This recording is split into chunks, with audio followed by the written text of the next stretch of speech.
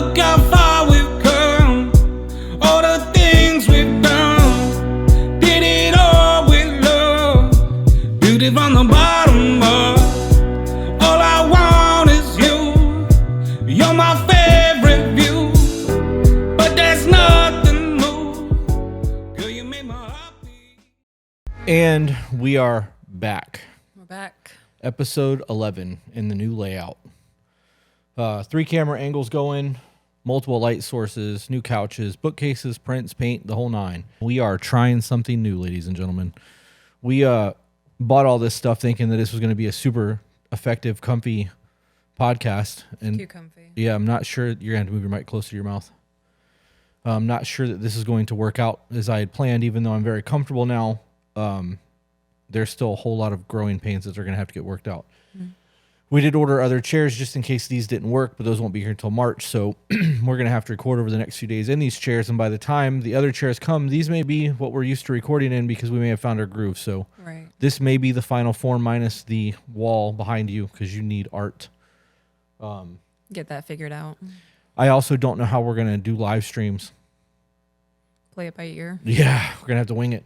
I'm going to have to buy a tablet, whether it be an iPad or a Samsung tablet, so that I can actually read emails with you, because right now the only thing I can work with is my phone.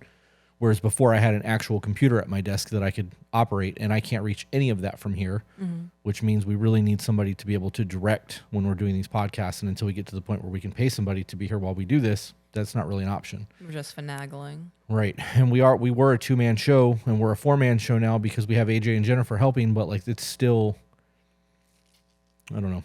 It's a lot. Realistically, we don't need them. Like I could do the editing that AJ's doing and make all that work, but it would be more like 2 more days worth of work a week. And the Jennifer helping with the emails is a big deal because I don't want to read those emails on the podcast and be caught up in some kind of DV situation or some weird sex scene because of the emails that we get. Like I don't. Right. So I don't know. I think we have new microphones coming tomorrow.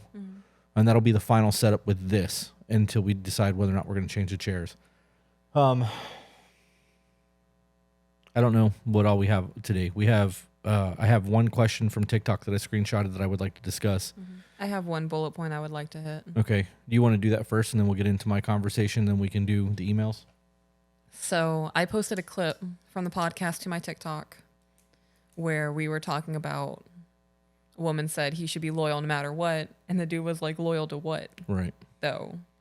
And somebody commented and said, along the lines of, women get mad because we're different. Sometimes we just need something different. And I commented back and I was like, do you mean other women when you say you need something different? That's what it sounds like. So I made a note and I said, don't get into a monogamous relationship with the mindset that every once in a while you need something different. Right. If you know yourself and you're going to get tired of sleeping with the same person, continue with the hookup culture with no expectations, or get into a polyamorous relationship. Right. Do not get into a monogamous relationship with somebody who is dead set on spending the rest of their life with you and building something for you to go, it's 8 months in, I'm bored, I'm going to go have sex with Becky, you okay with that? Right. No. You're just going to continuously hurt people. And if you're looking for validation outside of the relationship, don't get into a monogamous relationship. It's not that hard. Right. There's a lot of reasons that people would do that, though. And after 8 months of being with somebody, it sounds like they could be, as you put it, the serial dater. Serial dater. It could be somebody that just needs attention constantly. And after 8 months of being with somebody, the attention slows down because you guys fall into a routine. Right. Sex gets boring when it's the same way every single time. They could be unwilling to try new things.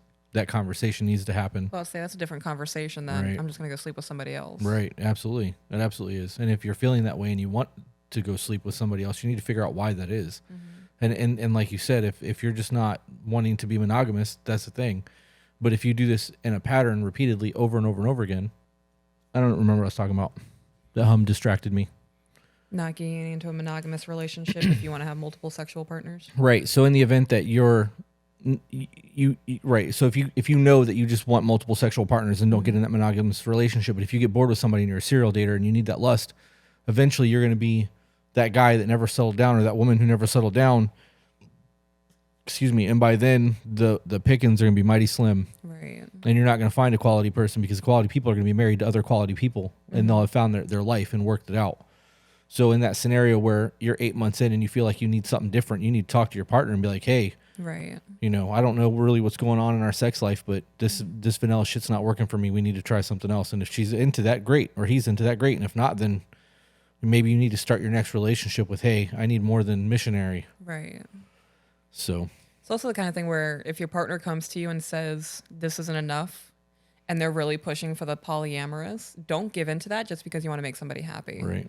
You're going to destroy yourself. We get emails over that constantly. Yeah. If your partner wants to have multiple sexual partners and you are not okay with that, do not break that boundary because you love them. Right. It's going to destroy you. Yeah. Yeah, there are people who are into that. There are people who are into three-way relationships and actual multiple partners in a relationship and every variation of that. You just Right. have to find somebody that meshes with that if that's what you're about. But Yeah. It's okay It's to not- be into that. right. And it's okay to not be into that. It is never okay to break your comfort zone or your boundaries within a relationship just to make somebody else happy. Right. I agree. Is there more to that bullet point? No, that was it. The idea of being in a monogamous relationship for 8 months or a year or 2 years and trying to switch things into a polyamorous relationship is never going to work. No, it's not. Unless both people are completely miserable and you are financially dependent on each other and the sex has stopped and then you're seeking outside sources and at that point you're roommates. Yeah, but say you're just roommates at that point. You're Right. friends. Yep. All right. So on episode 10, we talked about, I'm sorry, I don't remember what this was in regards to, but this was on the video that I talked about I love you versus love you, that clip. Somebody said episode 10 made me start thinking of what I want in a marriage. How do I date to marry, not just date?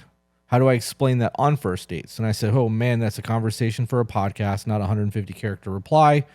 I am making a note. We record episode 11 tomorrow. I will include this. So I don't think that is a conversation for a first date. I think that a first date should be you seeing the way that they interact with other people, see their appearance, how they dress, how they hold themselves, if they open doors, slide chairs out, if they pay. If See they're the quality of their character. right, if they're nice to servers, yada, yada, yada. I think that you can absolutely lead the conversation in that direction on a first date, but I don't think it should go into that depth because you don't, if you have a quality person, you don't want to just scare them off by going, you want 15 kids? I want to get married by next year. Like, Yeah. you don't want that. You need to be able to ease that conversation, and in trying to find out their goals and aspirations are going to be a good way to do that. If you get somebody talking about what they want out of life and they get excited and they're passionate, you know that they're goal driven. You know that they're passionate about what they're talking about and they're probably going to achieve that in life. But as they get talking, then you can start asking about family. You know, if we're 25 years old on our first date and you have an idea of opening a screen printing business where you're printing shirts for businesses and all that shit, and this is just an example, and we're at, the two people are at dinner and they're having that conversation, the guy's getting excited and the chick's like, well, we're 25. When do you want to have kids one day? Like, where does that fit into your plans? Because now you can have that conversation and you can figure that out.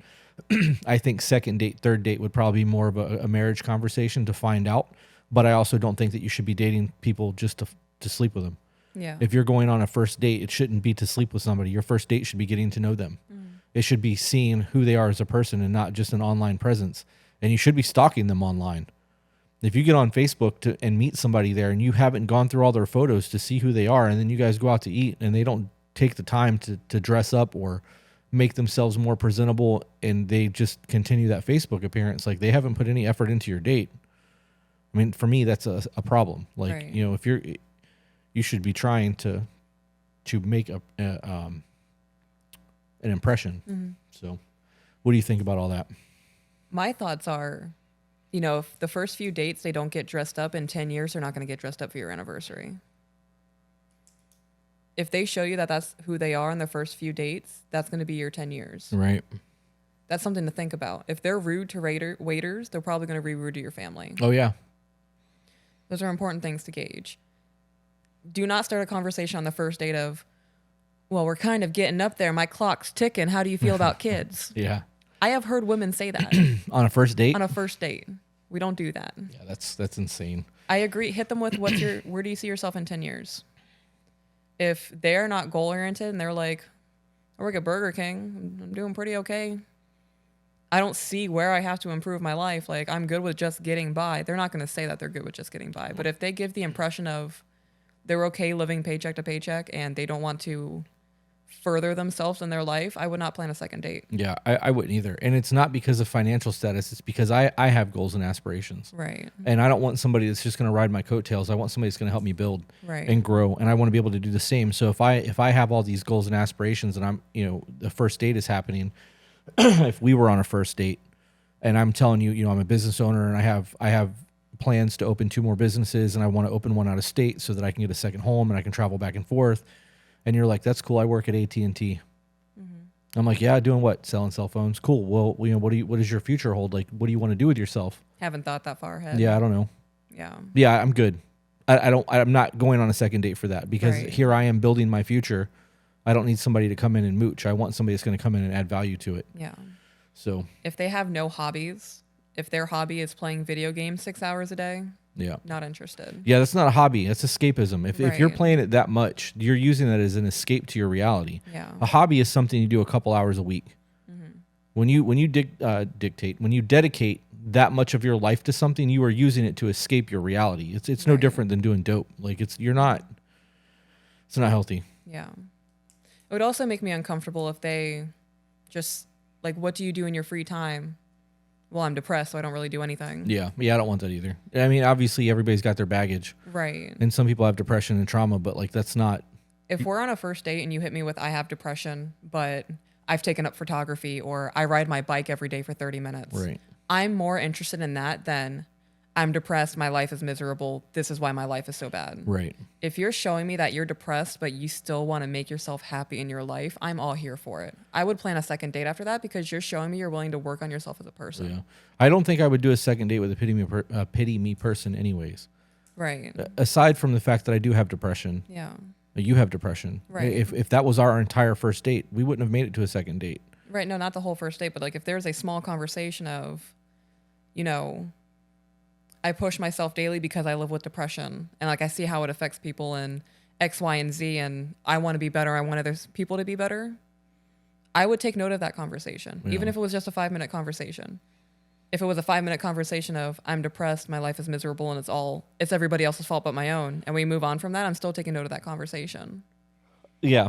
The accountability thing would have been a big no for me too. Yeah, I don't know, man. I'm glad that we don't have to worry about that shit. Yeah. I really am. Like, obviously, we had dinner dates that were not actual dates before we had a date. Right. So it was just hanging out, going to Applebee's and getting drinks and shit. Right. Having our own conversations that were genuine. They weren't misleading. They weren't needing to put our best foot forward because there was no intention of dating in the beginning.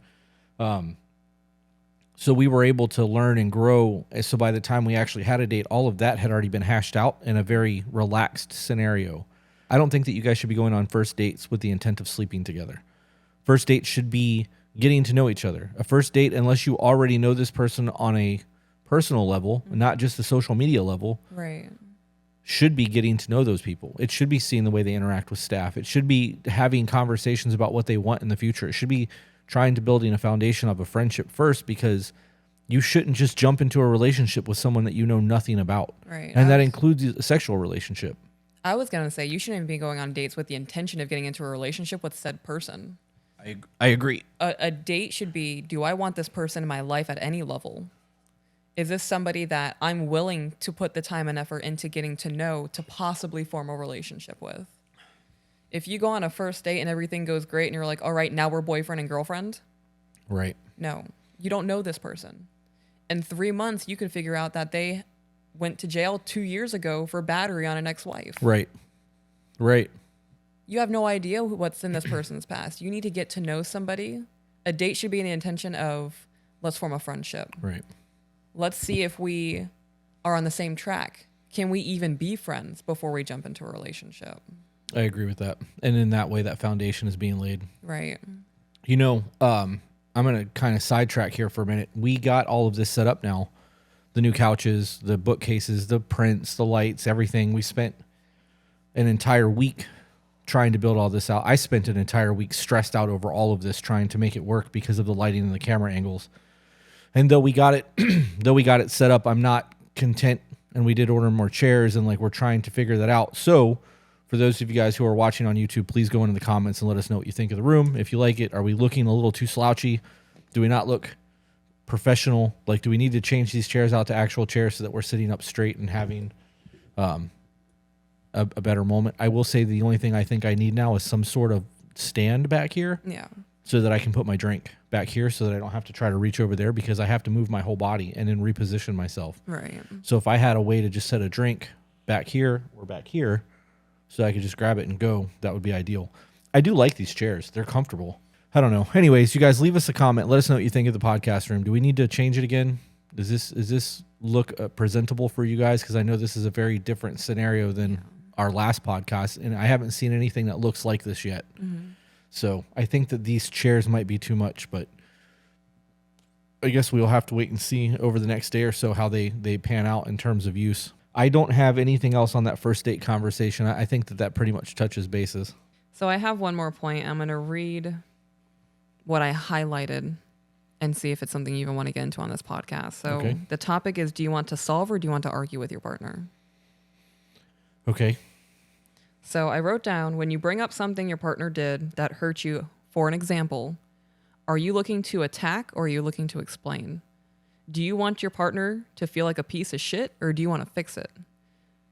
Like long term, do you listen to your partner's perspective?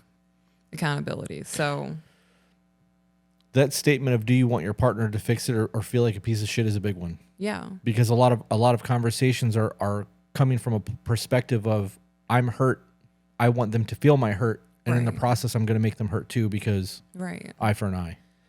That's exactly why I wrote that down too, because from what I've seen and what I've done in my past, if my partner hurt me, gloves are off. F you. You hurt me, now I'm going to hurt you back, so you can feel as bad as you made me feel. And that's not the way you handle your situation. Part of that is the reason why my first marriage ended. Right. It doesn't work. So if you are bringing something up to your partner and you want to have a conversation about how you felt and you don't want to feel that way anymore, you have to approach it like a problem solver, not an eye for an eye. Right. I'm telling you from experience, that is something that ended my relationship. I have seen it end other relationships. Communication and conversations. Right. Well, those conversations need to be approached that this is a problem and not you are the problem. Right. Because if somebody does something that you don't like, it's an action. Yeah. You don't like the action. You don't like the emotional response. You don't like the way they handled the situation. It's not you don't like them. Mm-hmm. It's you don't like the way that they behaved. Right. And sometimes behavioral traits are problems, but you need to be able to figure out your shit and not just unload on your partner. Yeah. That scenario, when you approach a conversation like that, trying to resolve a situation, it needs to be from a I feel and not from a you did. Right. So that comes into I and you statements. Mm. You know, when you say you statements, it's accusational. When you say I statements, you're telling your partner how you feel. But if you say, I feel like shit when you do this, you're still making a you statement. It's not an I statement. You just prefaced it with an I statement. Mm. So it needs to be, I feel like X, Y, and Z when X, Y, and Z happens. You don't throw you in there. You need to try to remove that, and you need to try to do it in a way that it's asking questions and not making statements, because statements can be triggering and accusational. So it needs to be, how do you feel about this? Let me throw a hypothetical at you. Dude gets off of work and then goes to a bar. Doesn't tell his wife. Okay. This happens 2 to 3 nights a week. She has verbalized, it hurts my feelings when you don't keep me updated. Whatever. How should she approach that situation then? Well, I wouldn't say... So in that scenario, the proper way to address that, in my opinion, would be... No, so let's say when I'm not updated, it makes me feel like I'm not a priority. Okay. And he's still like, whatever, I'm going to do what I want.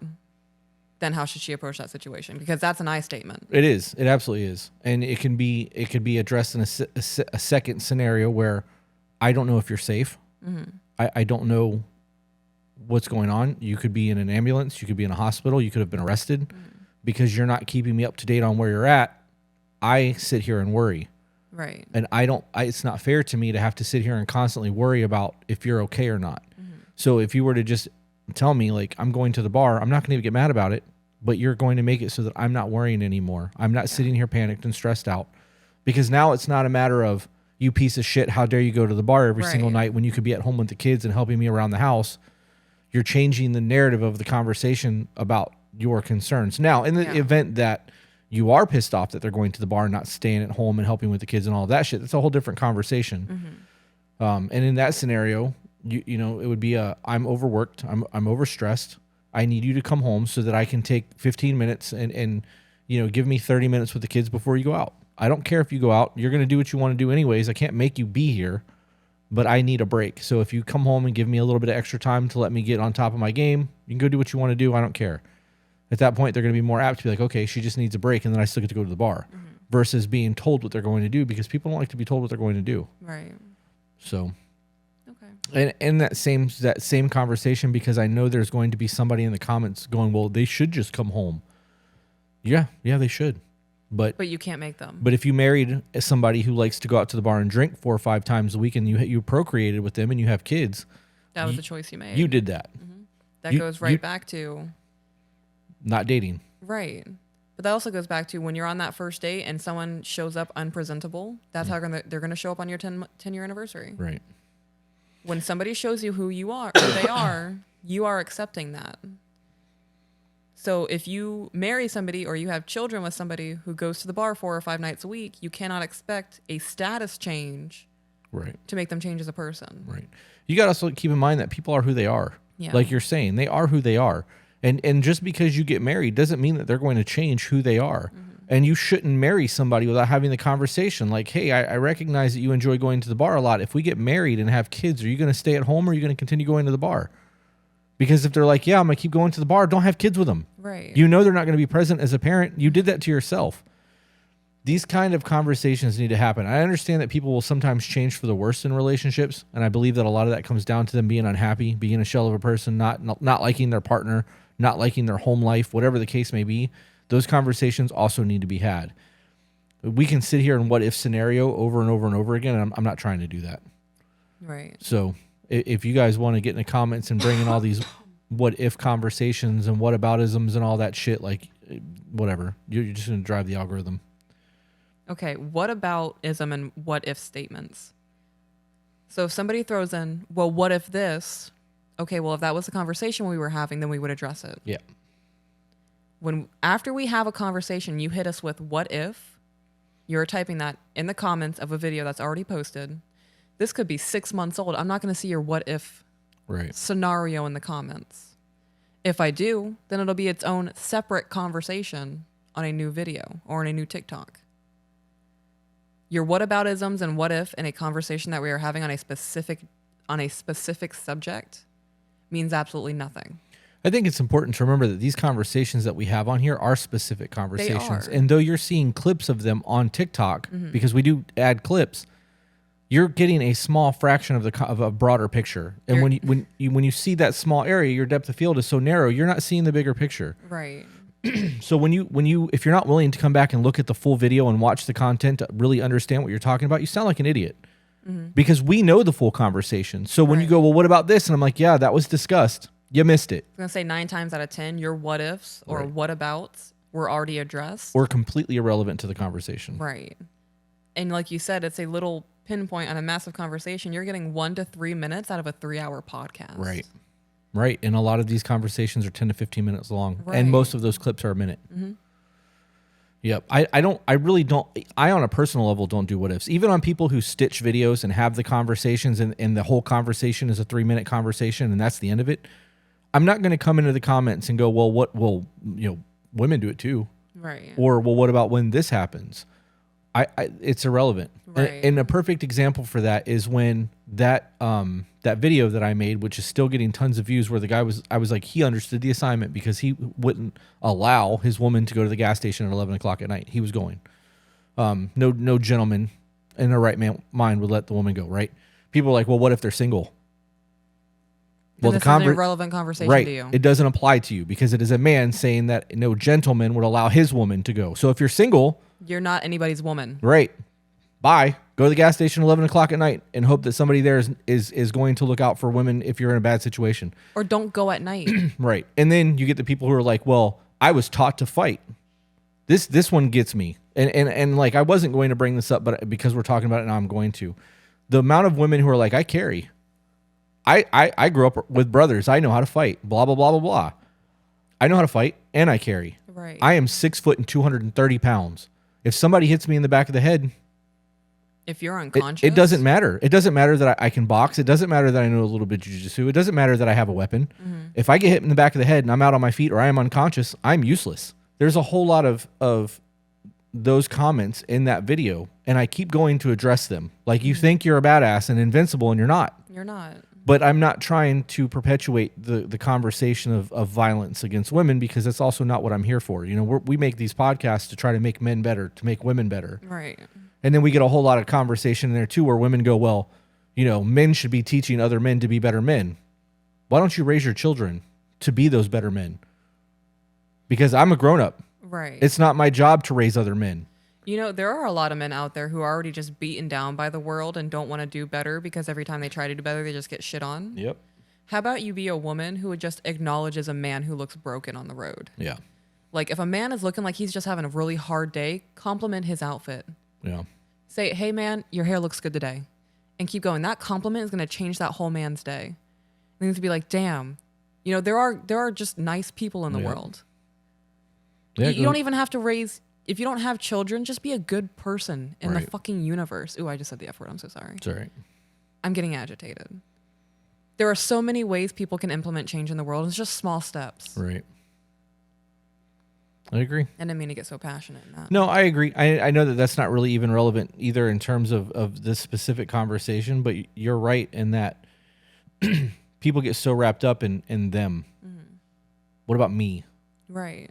Instead of knowing that there are other people around you that could be going through it. You know, you ever see those videos of the guy with the sign and the blindfold that says, if you're depressed, give me a hug? Yeah. And like, they post it on TikTok and they share it. And though I enjoy watching those videos, I genuinely do. And I enjoy watching the videos where people are giving homeless people money and all of that shit. I know that they're doing it for views. They're not doing it for anything other than the algorithm. Right. They're trying to make money on TikTok and to drive whatever it is that they're doing. It does make you feel good when you see those things. Mm-hmm. So when you see those things, you may be more apt to repeat that process because it's a learned behavior. You're seeing it. And I only bring that up because when you watch the opposite side of TikTok where people are shitting on each other and men are the problem and women are evil and all of that nonsense, you are now hearing that and you're learning it. Right. So if you've cultivated a feed on TikTok where all of your content is shitting on people, you're going to be a horrible person. Because you're making that decision to follow that kind of content. And social media is teaching us how to think. Teaching us what to think, not how to think. Right. It doesn't teach us to think. It teaches us to follow and obey. It shows us thought patterns regurgitated by other people. Yep. All right. So first email. Do you want me to just say the name of it? The subject. Yeah. Yeah. All right. Follower from TikTok. Chris and Chris, I love your relationship aspects. It has helped me and my fiance so much already. We have started the check-ins. He didn't like it or understand it at first. Now he is saying, hey, do you have a few minutes? Absolute game changer. We have 4 young kids, a 2-year-old boy, a 1-year-old girl, and birth control failed us, so 11-month-old twin boys. Wow. So not only did it fail you, it fucked you. Oh, yeah. And I mean that like sincerely, because if you were on birth control, you weren't trying and you got 2 for the price of 1. Yeah. Yeah, that sucks. I mean, congratulations. I love that you guys have a big family. Yeah. I'm trying to be positive. I wonder how that conversation went. Yeah. Like, I've been on birth control for 2 years. Well, they have a 1-year-old. So wait, so they have a 1-year-old and 11-month-old twins. How is that even possible? That's not possible. So did you guys not have the 2 kids together before the twins? Yeah, I'm guessing somebody's a bonus parent. Right. You know, the when you're on birth control, if you get put on antibiotics, yeah, it negates it. It can fuck up the birth control. Yeah. And people don't know that. Right. You guys should know that. You should know that. Your doctor should tell you that. Yeah. You should be researching the medications you take. Yeah. I am so anti-Western medicine. Yeah. I really am. I've just seen so many side effects. And because doctors get paid to push specific drugs from drug companies. Right. They get paid for it. Right. So they It's get just kickbacks. money. Right. So the more prescribed Lexapro they give out, the more of a check they get from the pharmacies or from the drug companies. So if they're prescribing Lexapro and somebody's already on a drug and those two drugs have an issue, we've talked about this a lot, Right. that creates a side effect that They is have now to- migraines or something. They now get a third drug. Now those 3 drugs are dancing around in the system. You know what's going to happen. Right. Before you know it, you're on 40 medications. I don't know. It's not worth it to me. It's not worth it to me either. I would rather die than be on 40 medications Same. to deal with all of that. Same. That's why I don't go to the doctor unless I think I'm dying. Like when I had Right. that kidney stone, I thought I was having kidney failure because I peed more blood than I think should have happened. Yeah. And was in more pain than I've ever felt in terms of like my kidneys. You were pale. Yeah, I almost Like, your passed lips out. were blue. Like it was rough. Yeah. I was absolutely horrified. But had I not thought I was having kidney failure, had I believed that was a kidney stone, I wouldn't even went to the hospital. Right. I'd have grabbed a bottle off the shelf and I'd have pounded a whole lot of whiskey and got shit faced drunk just to deal with the pain until it went away. Right. But I'm not, I don't know. I don't like the idea of taking prescription medicine. Yeah. You want to hear something messed up? Sure. Piggybacking off of doctors just look at patients as money.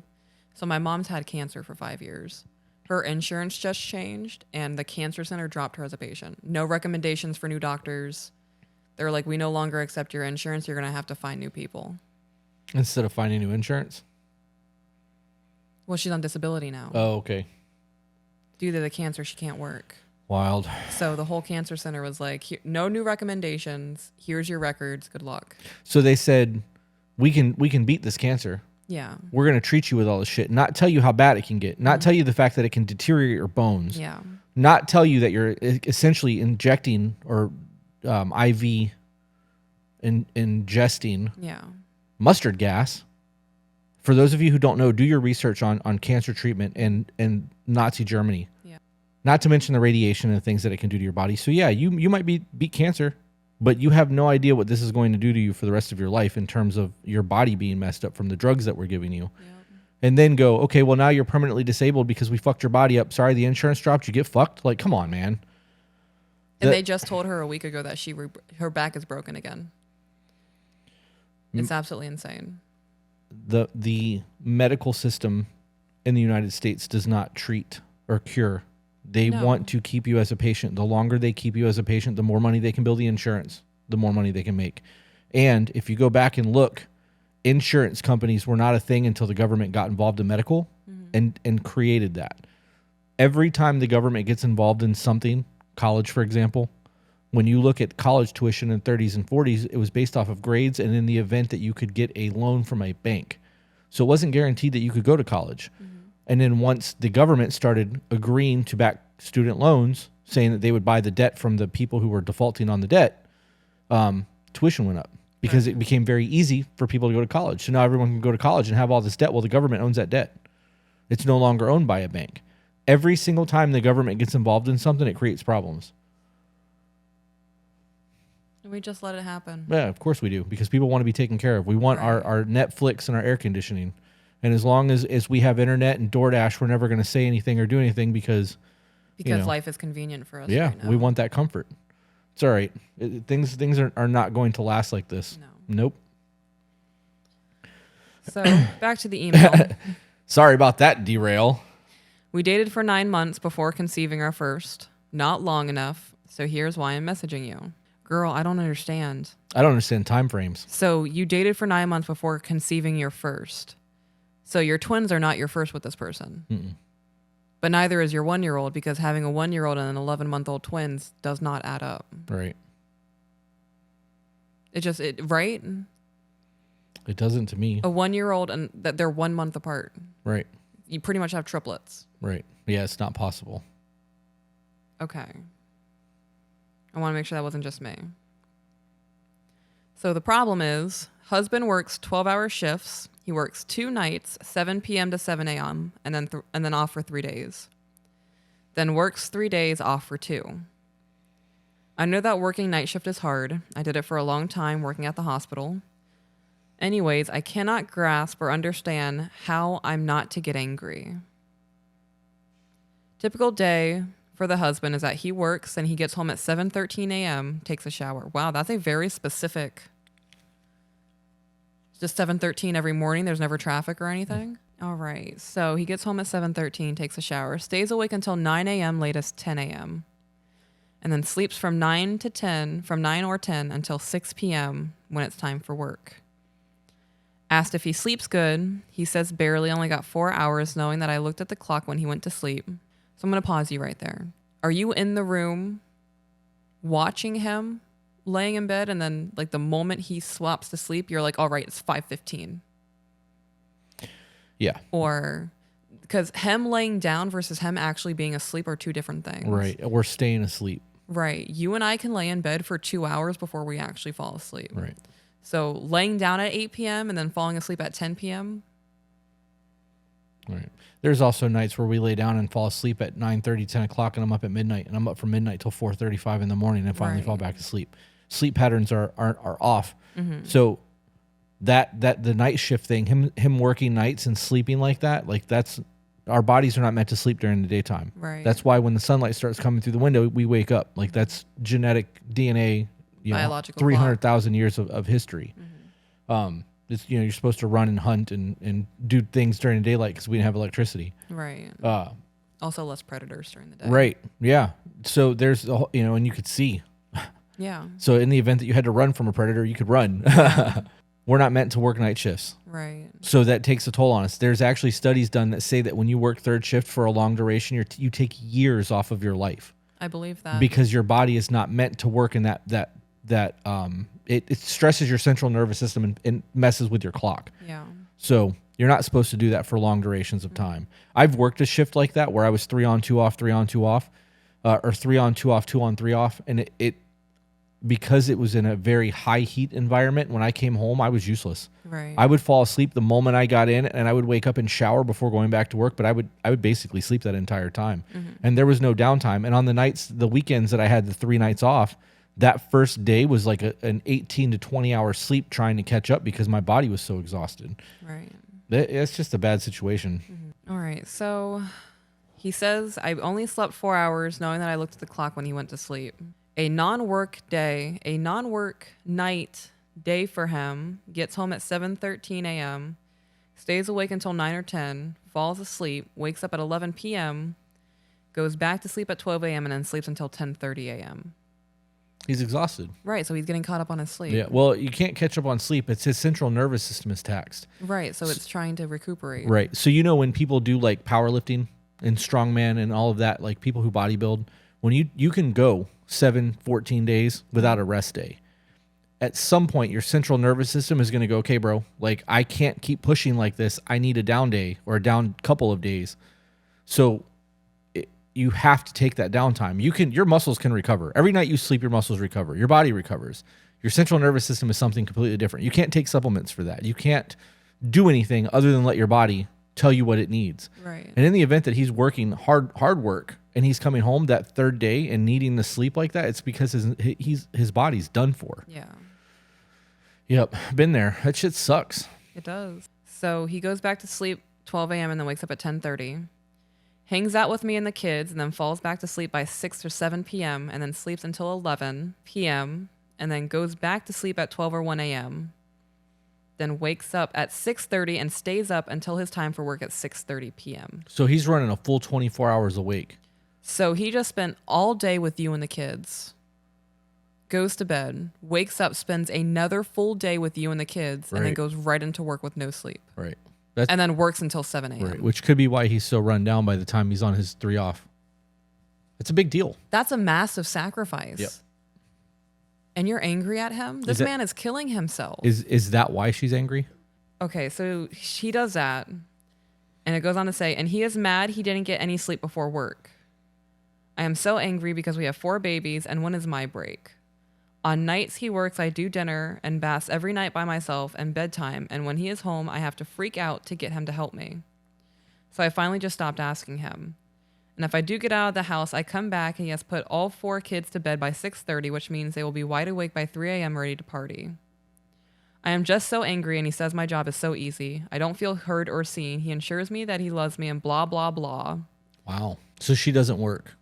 She doesn't work. I'm sorry. I'm really hung up on the blah, blah. So Yeah, I am too. He's telling you that he loves you. He's telling you his feelings. And because you are frustrated and angry in this moment writing this email, everything that man has told you from his heart is just blah, blah, blah to you. Right. And there could be pertinent information there that could actually help us Right. in this scenario. I would be absolutely devastated. I don't care how rocky our relationship is. If you go to somebody else and say, well, she tells me that she loves me and all this other bullshit, Yeah. I would be devastated.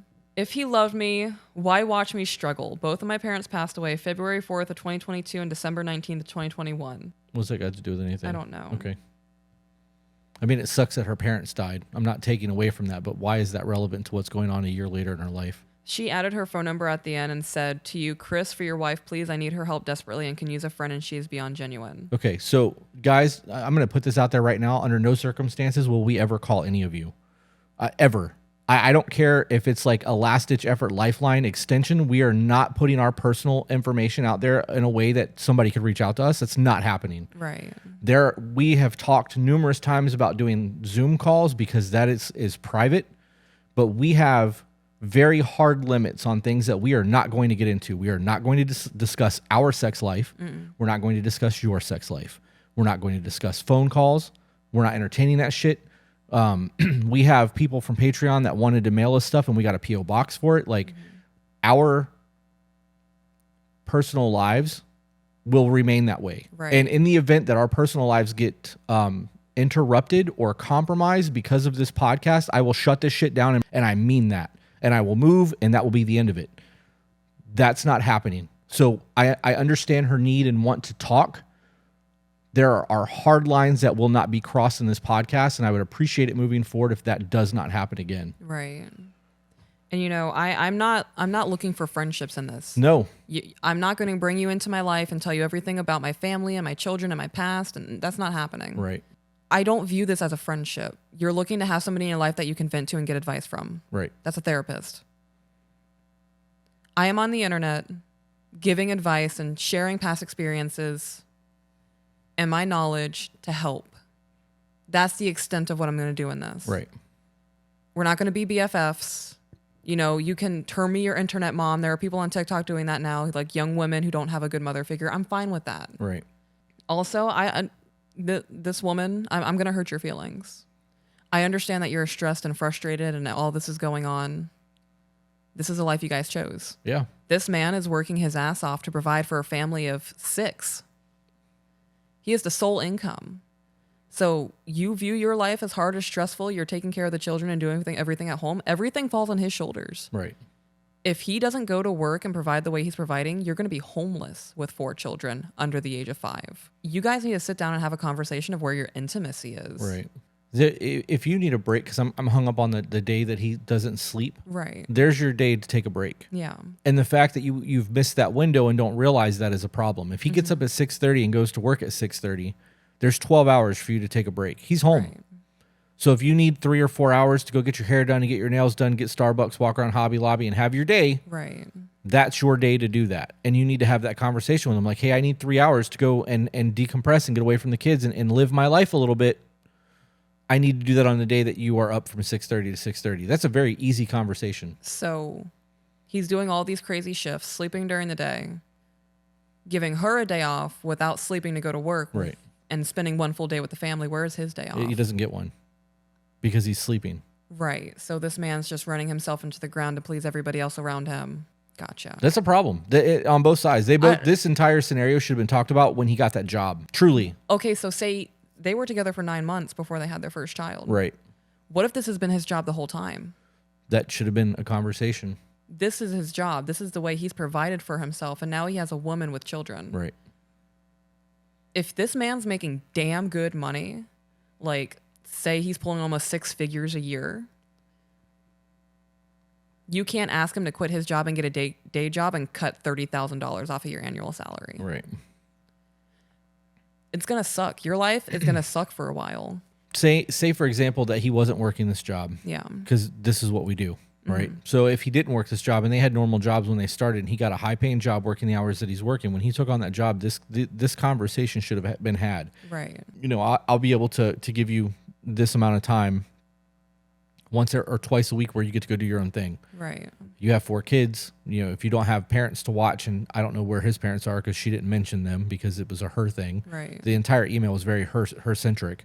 Maybe you find a babysitter in the neighborhood to come over and watch the kids while you go get Starbucks and just get away from them for a minute. There are things that you can do, but that conversation needed to be had immediately so that you could have made the plans. Right. This is exactly what we talk about in the dating phase with a foundation. It is. If you can't communicate to your partner in the beginning of a relationship, you're going to end up right here. Yeah. Because you don't know how to communicate to your partner because you rushed everything. Yeah.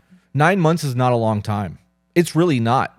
And now you have 9 months of dating and then a pregnancy that's another 9 months where hormones are out of whack and everything's taking effect. Right. And then you have postpartum, which is more hormonal depression and nonsense that goes on. And I call it nonsense because you can't control it. It's just shit. You know what I mean? It's just something you have to deal with. So now you have the first 3 years of your life being 2 out of 3 hormonal.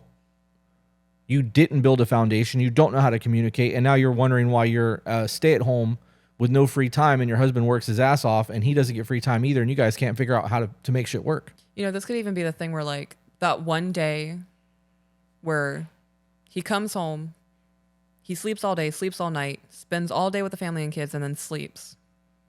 Split the day. Yeah. If you want to wake up in the morning and go shopping at Target and hit Starbucks and go get your nails done, you have 3 hours. Yeah. That is long enough. I before I went back to work, piercing and apprenticing, it would take about 45 minutes to get my nails done. And that's for new sets, refills, whatever. Right. It rarely ever takes longer than an hour. If you make an appointment. If you do a walk-in, that's on you. Right. Shopping at Target, an hour is long enough to roam around a store, window shop, 5 things you might need, whatever. Right. I would also like to point out that if you are roaming around Target and getting your nails done and getting those kind of things, going to Hobby Lobby, Starbucks, and he's the one that's financially providing for the family, you don't overlook that either. Right. Because the time that he's putting in to do the things that he's doing to give you the life that you have, including the hairs and nails, is because he's killing himself. So you're both doing the work. Right. You may not have a job or you may not work, however you want to word that. Being a stay-at-home mom is labor intensive. Right. Your time is dedicated to children, just like he's going to work and his time is dedicated to the company. You both have responsibilities that need to be met. Right. You just did it in a way that you don't get any free time and neither does he. So if she does 3 hours in the morning, say she's home by noon, he should be allowed to go out for 3 hours. Whether it be you guys do lunch together and you have family time and he goes out for dinner with the boys or whatever. Right. Or if he wants to go out to lunch with his mom, whatever it is, you guys need to find a structure for one day in the week where both of you can get whatever self-care time that you need. I was going to go somewhere else with that and it completely left my mind. No, I mean, I don't know where you were going to go, but that point that you just made is valid as fuck. Right. Like that's, and I got to be honest, because I've worked those hours and I have worked those hours in a high heat environment. And by high heat, I mean, it was like 130 to 140 degrees in the back of the room that we were in. So by the time you got your day off, you were run down and exhausted. So even in the event that he had 3 hours in a week to go do something, I guarantee you he would want to relax. Right. I don't know what he does. It doesn't say. But I know that schedule is hard, and it's hard for nurses. It's hard for anybody that works those hours. You know, so she said that she knows working night shift is hard. I did it for a while while working at a hospital. When did you do that? Were you single? Or were you working a night shift supporting a family of 6? Right. Because those are 2 different scenarios. If you're working a night shift as a nurse or a doctor or whatever you were doing, which is dope, I couldn't handle that job. So kudos to you. I'm not trying to shit on that. I just really want you to think, if you are working a night shift providing for yourself or providing for one child, that is a lot less stressful than recognizing you have a family of 6 resting on your shoulders. Yep. So to an extent, you understand how hard it is working a night shift. I'm not saying that being in a hospital is not a stressful job. It certainly is. I don't know how the hell to word this without getting shit on in the comments. Yeah, they're getting shit on either way. So just say what you're going to say because, go ahead. Sorry. Just say what you're going to say. So working night shifts versus whatever job he's doing, 2 different jobs, 2 different stress levels. Right.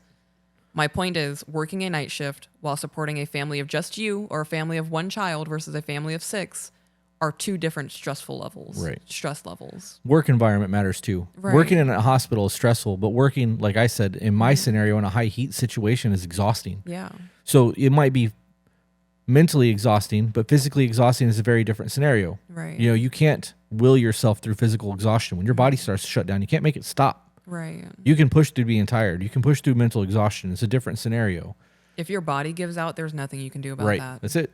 That's it. Especially when your central nervous system gets taxed, like I was talking about earlier. Yeah. I really think that because we're so far ahead with the emails that we really need to start cherry picking emails. Okay.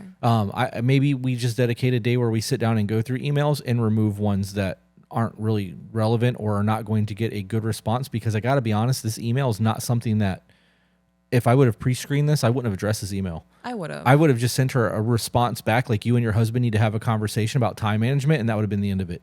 Well, I think this is a good conversation to have anyway, because there are a lot of women in this position. Yeah. And, you know, I don't think this woman has really sat down and realized what her husband is sacrificing. This man is working 12-hour shifts overnight and sleeping during the day. He is aware how little he is in his children's lives. He knows that. Yeah. Yeah, I agree with that. So this man is killing himself, going to work, losing sleep to provide for his family, trying to give the best future possible while recognizing that his children are never really going to know him. Right. And they're not. You're absolutely right. They're not. It's no different than what we were talking about the other day when the people work 12 hours a day, 6 days a week, come home on Sundays and want to relax, and the kids are annoying. And you want to say that he has such a shitty attitude and he's frustrated that he's not getting sleep? I would be frustrated too. Yeah. Especially if I'm doing all of this, coming home to a woman bitching at me that I'm not here enough, or I'm not present enough, or I'm not doing enough. Right. Not appreciated for the efforts that I'm putting in. Right. I get that. You know that there will be people in the comments going, "What about her? What about her? What about her?" And we already provided the answer to that. So Right. if you are in the comments right now going, "What about her?" We've already addressed how they need to make this work. Mm-hmm. This is a real life scenario where we are addressing what he's going through because she's not realizing it because she's angry with him. Right. This isn't all my point of view as his wife. Right. This is why I'm mad. And she even said, how can I not get angry about this? You cannot get angry about this by recognizing what he is sacrificing for you and your family. Yep. And then have a conversation about your needs. Right. And you know, there are women, being a stay-at-home mom is stressful. It is stressful. Right. And there are women right now who are killing themselves working 6 days a week with their husband while he's doing his own separate job to provide for their family, wishing she could be at home 24/7 with her children. Right. No matter how stressful it is, because she's getting to see her kids for maybe 2 hours a night. Yep. You're not wrong. It's all perspective. You think that your life is so shitty and it's so hard and you have 4 kids and your husband doesn't help, when in reality you have a roof over your head, your husband's out there providing for you. You don't have to worry about when your mortgage is going to be paid. You don't have to worry about where your groceries are coming from. You don't have to worry about going to a job and providing for your family and worrying about, are my kids going to know who I am in 10 years? Are they going to know what my interests are? Am I going to know what my children's interests are? I can't top that. No? No, I can't, because you just hit everything. Specifically, the point that caught me the most in that is that there are people who have husband and wives who have to work full time, who have kids, and kids go to daycare, they go to grandma's house or whatever, and they don't get to know their parents very well because parents are working full time trying to make ends meet just to survive. So in a scenario where you've got a stay-at-home stay-at-home mom, where dad is working and mom is very much a part of their lives, you guys are team effort there. Like you're working the best way you can to give the kids the best life that they can, because it's not about you anymore. You decided to have kids. It's not about you at all. It's about the kids. Right. And you and your partner need to have intimacy, and you need to be on the same page and taking care of each other to make sure that the kids are taken care of. But if you're resentful that he's working full time, that's probably not the right word. If you're resentful, I would say just animosity. She could be resentful that he's at work and she's not. That could be an envy thing. That could be. Maybe she doesn't want to be at home with the kids. Maybe she would. She said she used to work in a hospital. That could have been her passion. Yeah, maybe. And in that scenario, resent is an envy emotion. So yes, it would be. If you're resentful at the fact that you had to give up your career to be a stay-at-home mom, you have to recognize that it was a choice you made. Right. You know, with the birth control failing, I get that. But you said that you have another child with him. Right. I really do want to start cherry picking emails. Okay. Let's go to a different one. Well, there's that one. I'm gonna move this one. I want peanut butter. You know, I was just thinking that I want donuts. I've wanted donuts for 3 days. I'm craving donuts. We can have today be our cheat day. I've been eating like shit for 3 months. Every day's been a cheat day. Yeah. I haven't been eating super bad this week. Yeah. I was gonna have Sunday be my cheat day. Even with me going to Olive Garden on Friday. Oh, tomorrow. Tomorrow. Yeah, I'm still gonna just like get a soup or something. No bread, even though I really love bread. Yeah, I think that's a mistake. What? I think you should enjoy yourself when you go out. Yeah. That one meal is not going to kill you. And I don't mean that in that like, you know, that one meal today and then that one meal tomorrow and that one Right. meal then. But if you're eating clean 95% of the time, having a little bread here and there is not going to be the end of the world. Right. We're not trying to get in contest prep. Like we're not, I know. you know. I just want to feel good about myself.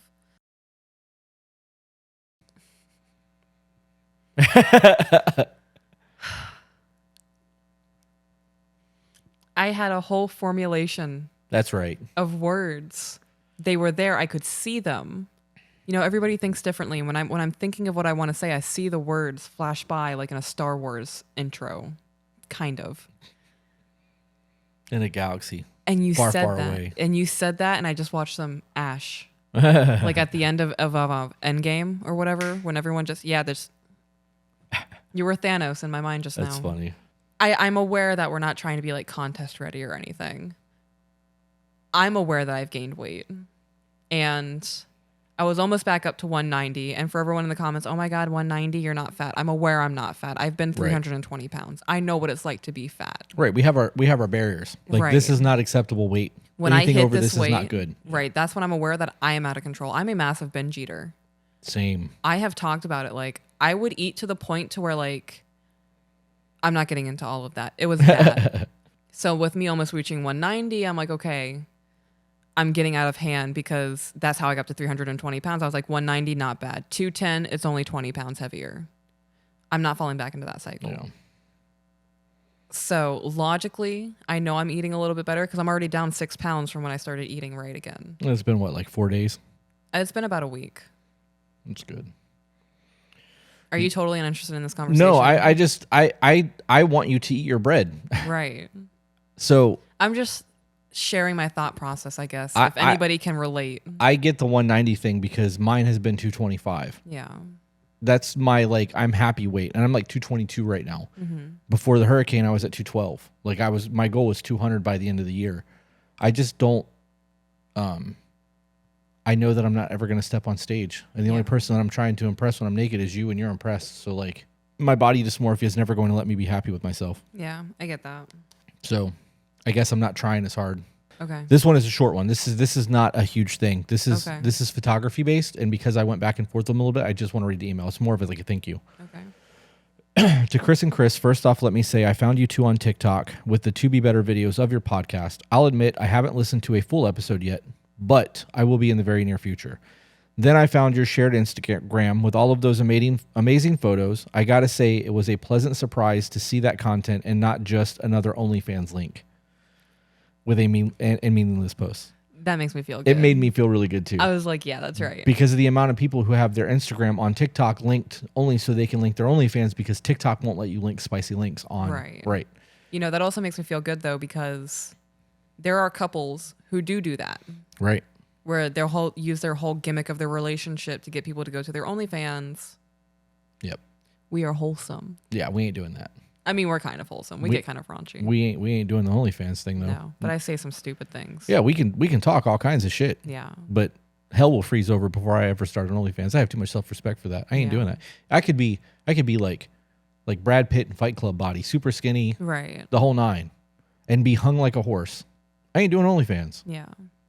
I don't want people viewing me like that. Right, exactly. It makes me uncomfortable to think that somebody could be touching themselves to me. Right. I don't know. Thank you. I mean, I want to clarify, if you're all about that and you're for it and your life is flourishing and you are happy and Yeah, it's your life. your relationships are straight, like dope, live your best life. It's just not for me. I ain't doing it. Yeah. He said, which I didn't really expect from you two. As someone in the lifestyle, I have found my one true person who 100% supports me through my recovery from addiction, all the ups and downs, and the level of communication we have is far beyond anything I've personally experienced before. Sorry, I had a burp. Your words and insight have only reinforced my will to keep going and to share our journey together, so thank you. Also, what type of camera do you shoot with? Are you both photographers? I shoot a Canon 5D Mark II. Check my Instagram if you want, which he left his Instagram. And we did check it out. And we did. And he's a solid ass photographer. Yeah, I was impressed. So his Instagram, for all of you who are listening, go give this kid a follow. He's a young man who's actually really dope with photography. It's Anthony's with an S _ originals with an S. Anthony's _ originals. So I actually followed him, and then I asked him if I could drop his name and his Instagram so that I'm not just throwing him out there. But I wanted to talk about the camera thing for a minute because I owned a 5D Mark II during my motorcycle accident recovery in 2009. And I figured it would give a quick little easy conversation because we do a lot on Patreon, but we don't do it as much here. Right. So I want to kind of talk about just that, if you're okay with it. Yeah. Okay.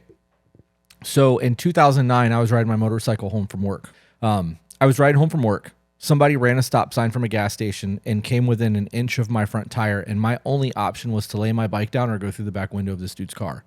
So I dumped the bike. I broke my hip. I broke my femur. Sorry, not my hip. I broke my tailbone. I broke my femur. My wrist exploded. My bone came through my skin. I had a titanium plate. What? I'm going to pause you. So knowing that those were your two options and you chose the latter, looking back, would you have just gone through his windshield? Or his back window? No, because I wasn't wearing a helmet. And I didn't hit my head on the ground. Right. That I can remember. It would have been nice to have actually hit his car. I should have hit his car. I should have laid the bike down in a way that it hit his car because he drove off. Yeah. And there was no way for me to insurance or go after him or anything. I had to pay for everything on my own. If I was wearing a helmet, like a full face helmet, and I knew that I wasn't going to get glass in my eye and potentially blind myself, I would have absolutely went through the back of his car. Wear a helmet. Yeah. Yeah. Well, yeah. I mean, even if I bought a motorcycle tomorrow, I wouldn't wear a helmet. Unbelievable. If I'm going to bust my head open, I would rather my brain just come out of my head than get stuck in a bucket. Anyway, so I had my motorcycle accident. I broke my tailbone, my femur, my wrist, a bone came through my wrist. I have a plate that runs the length of my ulna, which is one of the bones in your forearm. It's got 4 big ass screws in it, and I got 13 pins holding my hand together that are still inside my hand. Before my motorcycle accident, I was 285 pounds and I was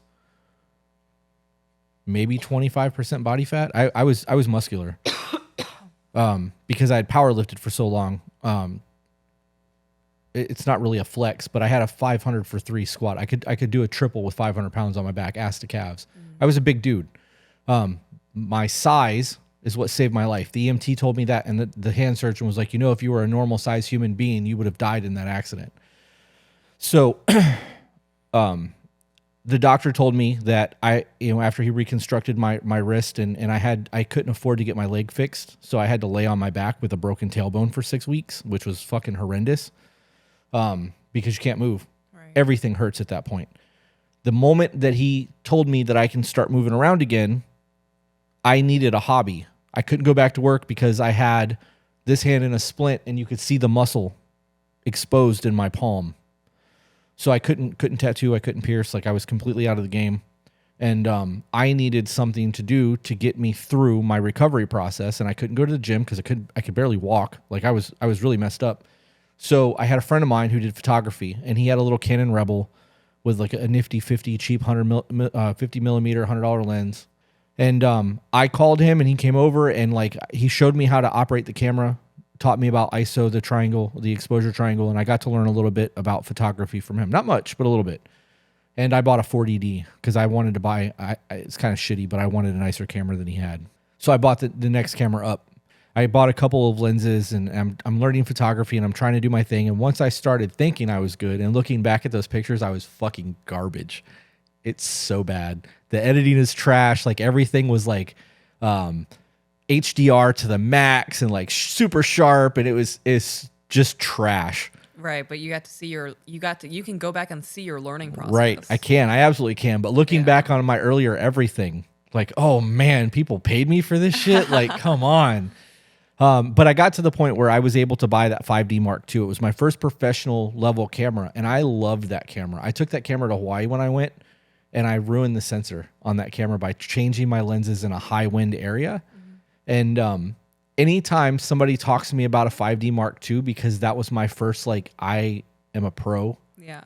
Like there's a sentimental thing there. And You get knowing emotional I about do, it. I do. And knowing that this dude is using that same camera 12 years later Right. and is taking badass photos, like That's dope. he's doing the thing still. Like, you know, he could have upgraded his camera. I want to say it's only like a 22 megapixel camera. It's not even like at the time it was a big deal. Right. But like our Sonys are, you know, 64 megapixels on one of these things. Like, and that doesn't really even matter unless you're printing big, which I do. I actually print my photos.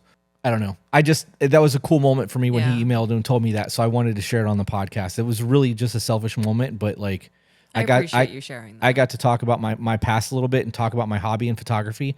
And he did ask if we both shoot. And you were into photography when you were in high school as a hobby. I sold everything shortly after the hurricane. Yep. Literally everything. I had tens of thousands of dollars worth of camera gear. I was running a Canon R5, the new mirrorless Canon, and I had all L series glass, professional, like high end glass. And then the hurricane came, and like, you know, I realized I hadn't shot in like a year. I just didn't have the motivation to go take pictures. I didn't give a shit about it anymore. That passion was gone. So I sold all my shit. And like 2 weeks later, I was like, you know, I really don't think I should have sold that stuff. Like, what if I want to go take pictures? Like, I know that my phone can do what I need it to do, but like, there's something about being in control and shooting raw and being able to change my light sources and manipulate a photo the way I want it versus the way the iPhone sees it. And you were like, well, you know, if you want to get back into photography, I'll take pictures with you. I'm going to pause you. It wasn't just one conversation. It was Yes, probably... it was. No, it was just one. Shh. I'm going to share it. No! I understand. I didn't have regrets. No, I meant that shit. Like, it was gone. I was like, fuck it. I ain't doing this no more. Yeah, no, he was good. he was cool. He was calm. That's I'm it. the one who pushed it. There you go. Thank you. So, with me being the one who pushed it, I did. I 100% I regretted selling pushed that it. shit the moment it left. Well, even in selling it, you were like, I don't know if I want to do this. Yeah. And I was like, okay, well, really think about it. You know, Yeah. you sold it for almost $14,000, Yeah. everything. Yeah, I got a lot of money for it. And after the hurricane, like we really needed that money. Like right then and there, it was do or die. We needed the money. Yep.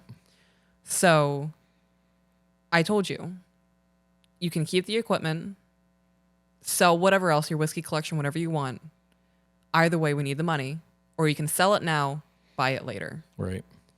So you made the executive choice.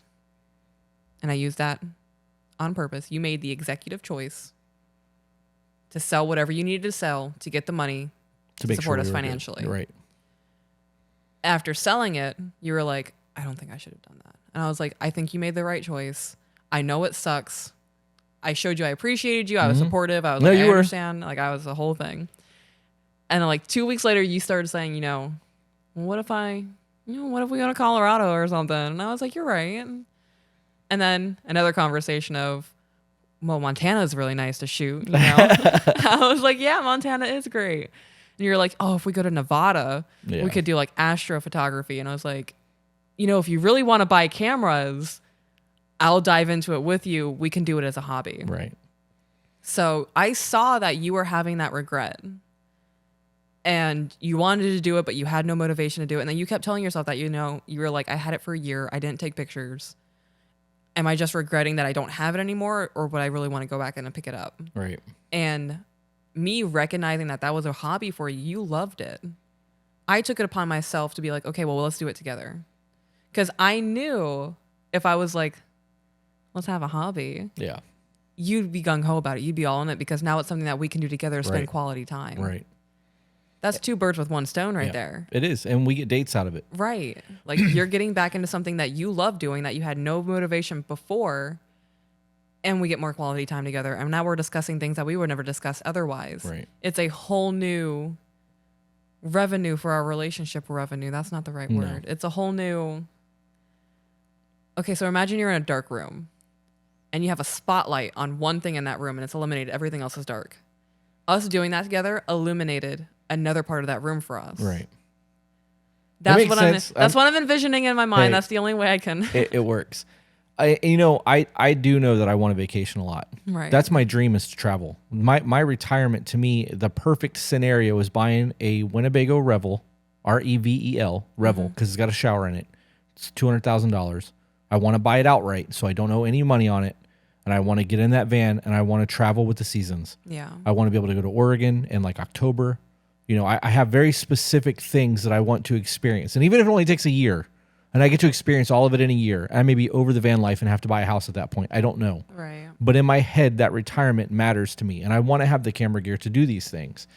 So when I'm talking about Colorado and I'm talking about Vegas and I'm talking about all these things where we're going to shooting Montana, et cetera, that's part of it for me. Right. I hate Florida. Me too. I'm not a fan of the heat. I love where we live. I love where we live. It's not a big town. It's not a small town. It's like the perfect size. Traffic here is not that bad. Like there's not a lot of crime. We live in a fairly decent area. I like where we live. I hate the landscape. I hate swamps. I hate mosquitoes. I hate the heat. I hate the humidity.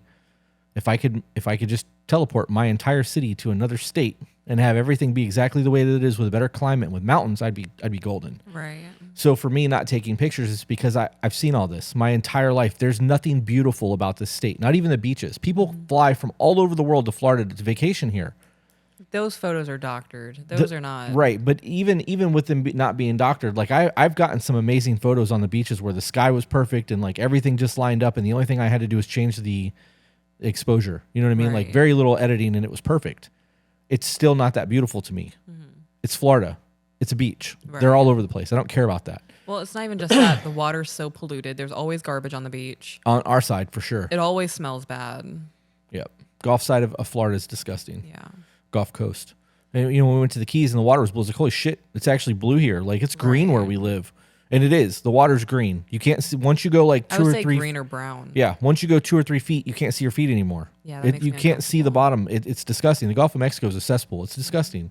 So there's nothing beautiful about it. I don't want to take pictures here. And like, even when we go to like Naples in the botanical garden, I enjoy taking pictures of bees doing the pollination thing a lot. Yeah. Because you can get some crazy photos if you're able to hit your focus that are hard to get. So when I look at those pictures, I'm like, I fucking nailed that shot. Like, it makes me feel good because they move. They're quick. Right. So, like, and people who take pictures of like hummingbirds, you're a gangster if you can take a picture of a hummingbird. Them things are fast. So like, you're shooting at like 1/2000th of a second and you're moving your camera trying to keep up as it's going, you know what I mean? So those things, it's exciting. Right. But if you take me into the mountains and I have a dope overlook where I can have to hike to get to it, and I can take a picture of an area where there's no people and it's not molested, there's no trash anywhere, like it's clean and pristine, even if it's not an amazing photo, it's a beautiful landscape. That's what my photography speaks to. Like, I want to take and capture those moments. This is completely irrelevant to our podcast. It really is. Let's Well, now I'm going to tie it back into the podcast. So, with me jumping on board with the photography thing and me recognizing that you have such a passion for it, when you kept bringing up the fact that you regretted selling your cameras, I can been like, you made that choice. You need to shut up about it. Yeah. No, you could have. You absolutely could have. We also wouldn't have had the podcast had you not been like, let's buy the camera Right. gear. So, every opportunity is a chance to make your relationship a little bit better. In those scenarios where someone not normally, but I've seen it happen enough to say that it's normalized. If somebody in a relationship is constantly bringing up one thing that's a negative, like they're regretting a choice that they made, don't be nasty about it. Yeah. Be supportive. Be like, I hear you. I understand it's rough. What can we do to solve this? Yeah, because being like, I told you so is not going to solve anything. Right. It's really not. All I'm thinking about the time is you hit me with that. I told you so. What? I don't know. There was a time you hit. I mean, it was a deserved one. Yeah. It was also a joke. funny moment. Yeah. It was okay. a joking moment, but like, You know, we also we sold more than just the camera equipment. yeah. You know, oh no, I- you sold light stands. I got rid of a property after the hurricane to try to make sure that we were Yeah. afloat. And after everything panned out, like, I overreacted. I absolutely overreacted because I was so worried about employees and businesses and our Right. finances, and I was in survival mode, hardcore, and I way overreacted. But it kind of postured us through slow season, which was nice. But now we're playing catch up again. Yeah. So, this email is called "Your Podcast Ended My Relationship." oh man, Yeah. let's have it. I remember when this came through, my heart dropped. I was like, just reading that, I was like, well, I hope it was a bad situation and now you're healthier for leaving it. Like, Right. not like. And then it starts with, I think I should start this email by saying thank you, but also follow up with help. I started listening to your podcast after seeing your TikTok snippets and being intrigued by your masculine, feminine views and communication advice. I've always been into personal growth and development books, podcasts, and just general knowledge to push myself to constantly be getting better. But for some reason, I can't ever seem to find a partner that has the same mindset. And so maybe, just maybe, I'm doing it all wrong. I'm going to pause there. So she said, being intrigued by your masculine and feminine views on and communication advice. People want to shout constantly masculine and feminine energy and like what it looks like to be in that and all that stuff. This is it. Yeah. And a lot of feminists hate it. Oh, yeah. Yep, they do. You know, women who are CEOs have more masculine energy than I do. I am not willing to put myself in a position where I have to delegate hundreds of employees and make tough decisions on how to keep everybody employed. I'm not into that. Right. That is a very masculine mindset in my point of view. I am not built to be under that kind of stress. If another woman is, you are more masculine than I am, and I'm cool with that. Right. If you're happy in your life, that's dope. You can still be feminine and be a boss babe and doing everything and managing and living your life. That's not going to negate the fact that you are still more masculine than somebody, say, as me. Right. I'm trying to hit every point since nobody can try to be like, oh, well, you said this and all of that shit. You're not going to be able to cover all of it. I want to cover the fact that she said that she's doing everything she can to be better. Mm-hmm. Or he. It didn't specify. It doesn't say. You're not going to be able to always find somebody that has that motivation. Right. There's not a lot of people out there who want to thrive. There are people who are content with just being where they are. Right. People want to survive. Right. I want to thrive. Mm-hmm. You want to thrive. We want more than what we have. Right.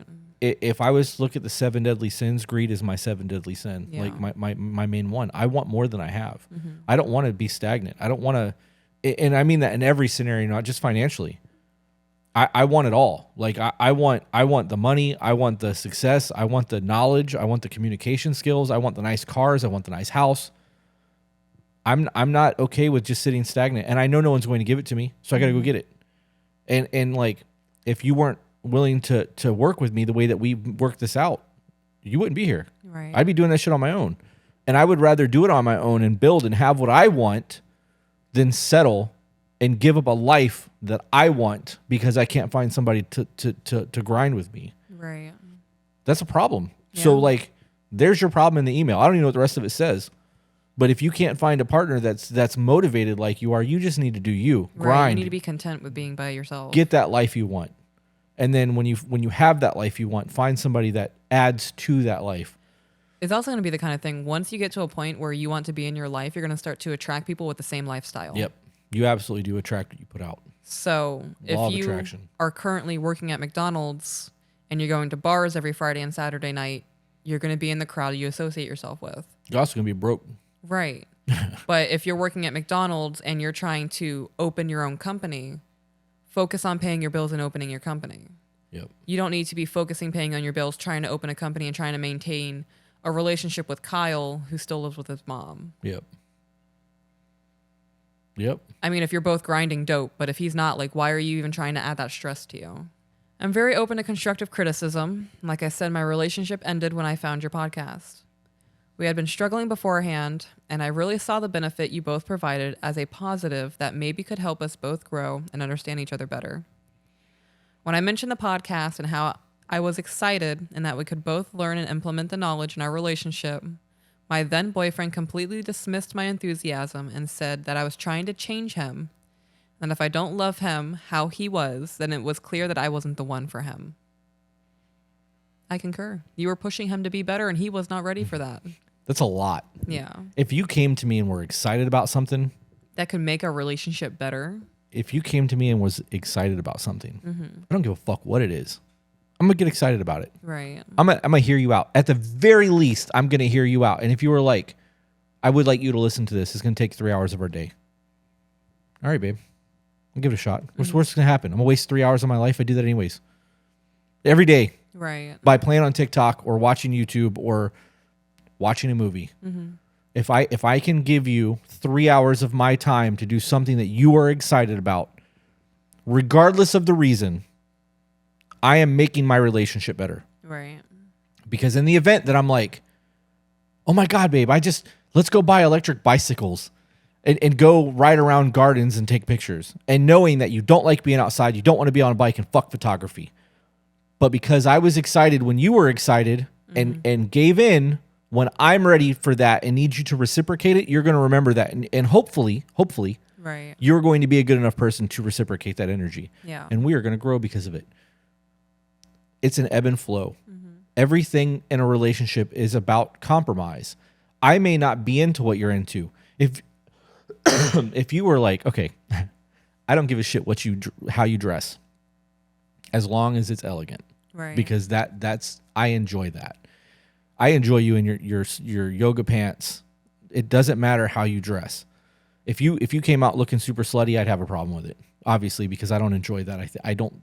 But the other night you were like, babe, I got all these dresses I'm super excited about. I don't know what color you want to wear. And I'm like, babe, I don't care what color you wear. I just want to see you in a dress. Yeah. I'm about it. Right. So how much money do you need? Like, what is this going to take to make this a thing? I'm excited. Like, let's get you some new clothes because you're excited about it. You spent hours looking for shit and like took measurements of your body because you have an hourglass shape. And it's hard to find clothes because of your figure. Because your proportion, the way that most men want their women proportioned. Yes. But I'm excited for you. Yeah. I don't care if you get new clothes. I don't have to wear that shit. I don't have to worry about the texture. I don't have to worry about anything. I have to worry about how long it's going to take you to get dressed and undressed. Right. Because those are the important things. And how you're going to look in public on my arm, that matters to me. The rest of that is not important. Yeah. If you want advice on like my opinion on clothes, I'm going to always tell you, babe, you're the one that has to wear this because of the way that I am with my fabrics. If you bought me a t-shirt and it's not a specific type of fabric, I will never put it on.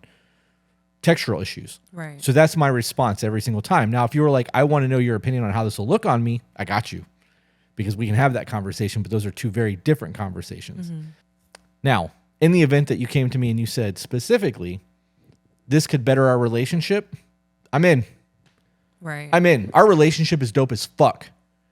We have an amazing relationship. Even when we're stressed out and having bad days, we have a good relationship. Communication is almost always on point. Right. We very rarely get underneath each other's skin. We don't annoy each other. We don't purposely create conflict. How in the fuck can we improve our relationship? I'm always looking for ways. So am I. And so am I. And we Right. read and we're always getting book advice, especially in Patreon, because the people in Patreon are definitely hooking it up with the book suggestions. Go ahead. I just want to throw in, I get excited when I learn something new and I implement it and you have a very positive reaction Right. about it. Right. When you're like, damn, where'd you learn that? Yep. That is one of the dopest feelings I've ever felt. Right, because our relationship is improving. Right. Why wouldn't you want your relationship to be your sanctuary and your peace? And this is going to keep us from being at each other's throats every day? Dope. You're the person I want to be with. Let's make this work. We got another Patreon. Oh, hell yeah. What are we up to now? 100 and almost 30. So, guys, we're going to plug the Patreon real quick. If you are not 130? Yeah. It If was you- 118 like 2 days ago. Yep. If you guys are not part of the Patreon, you are truly missing out. We have built a community over there. No. We are part of a community over there because the people that go to Patreon do so because they find value and then we connect with them. We just show up. Like, Right. It's a community because of how everybody interacts. Right. We can pop in and say whatever we want to say. When there's no interaction from anybody else, that's just us speaking. Yep. The community comes from you guys. Yep. And we do exclusive content. We do. We do live streams, although this week has been slow with content because of this. But we are doing the thing over there, and it's worth it. If you guys find value in what we're doing here, you will absolutely find value in the community on Patreon because there's more of us. It's not just you and I. There is a whole community of like-minded people over there, and you're not getting trolls. Yep. You're not getting hate. You're not getting bullshit over there because everyone that's over there has the same viewpoints. So if what we're doing is something that you find value in, you need to look at the Patreon. You also get more attention from us. Yeah. Oh, yeah. When you're on Patreon, you are funding this. Yeah. So in return for your donations or your contributions.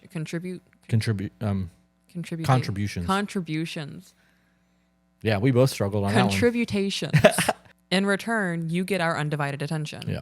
So And the best that we can give it. Right. Yeah. So when we see an email and it's from somebody in Patreon, you get our attention before anything else. Right. And those emails also get sped up because we read them for Patreon instead of YouTube. Right. When there's Patreon only content, that's where that Patreon email goes. Yep.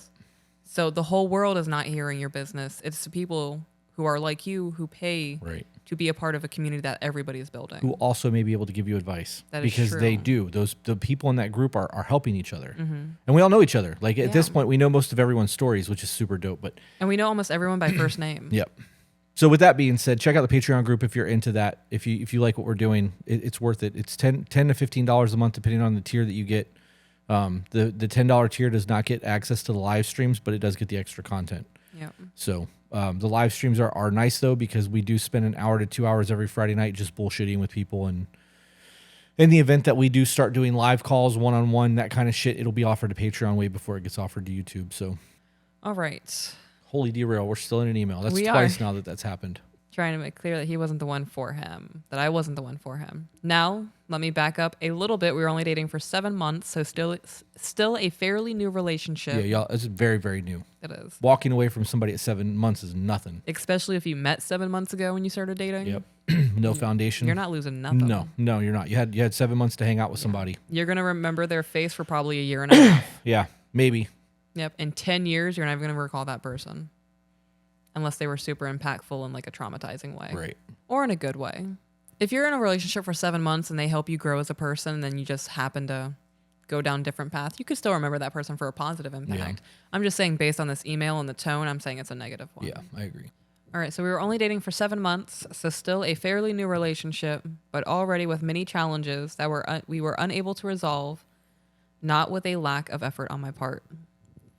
I remember you saying in an episode, you can't change your partner, and I do agree, but somehow I'm missing the mark of what I can be doing to see results. What do you mean see results? See results in you as a person, or see results in your relationship? We said that you can't change your partner, that you can only change you. So if you become the best version of you, your partner should reciprocate that. And if they don't reciprocate that, it means that they don't care enough about you to become better. Right, they're not your person. Right. So I believe that she's asking that at what point does she realize that she can no longer change who she is to make her partner want to change? Okay. 7 months and him walking away is a good thing. Yeah. Him going, you're trying to change me. And 7 months, I don't care if you were in love, if he was willing to walk away that easily, it wasn't there. He's not the one.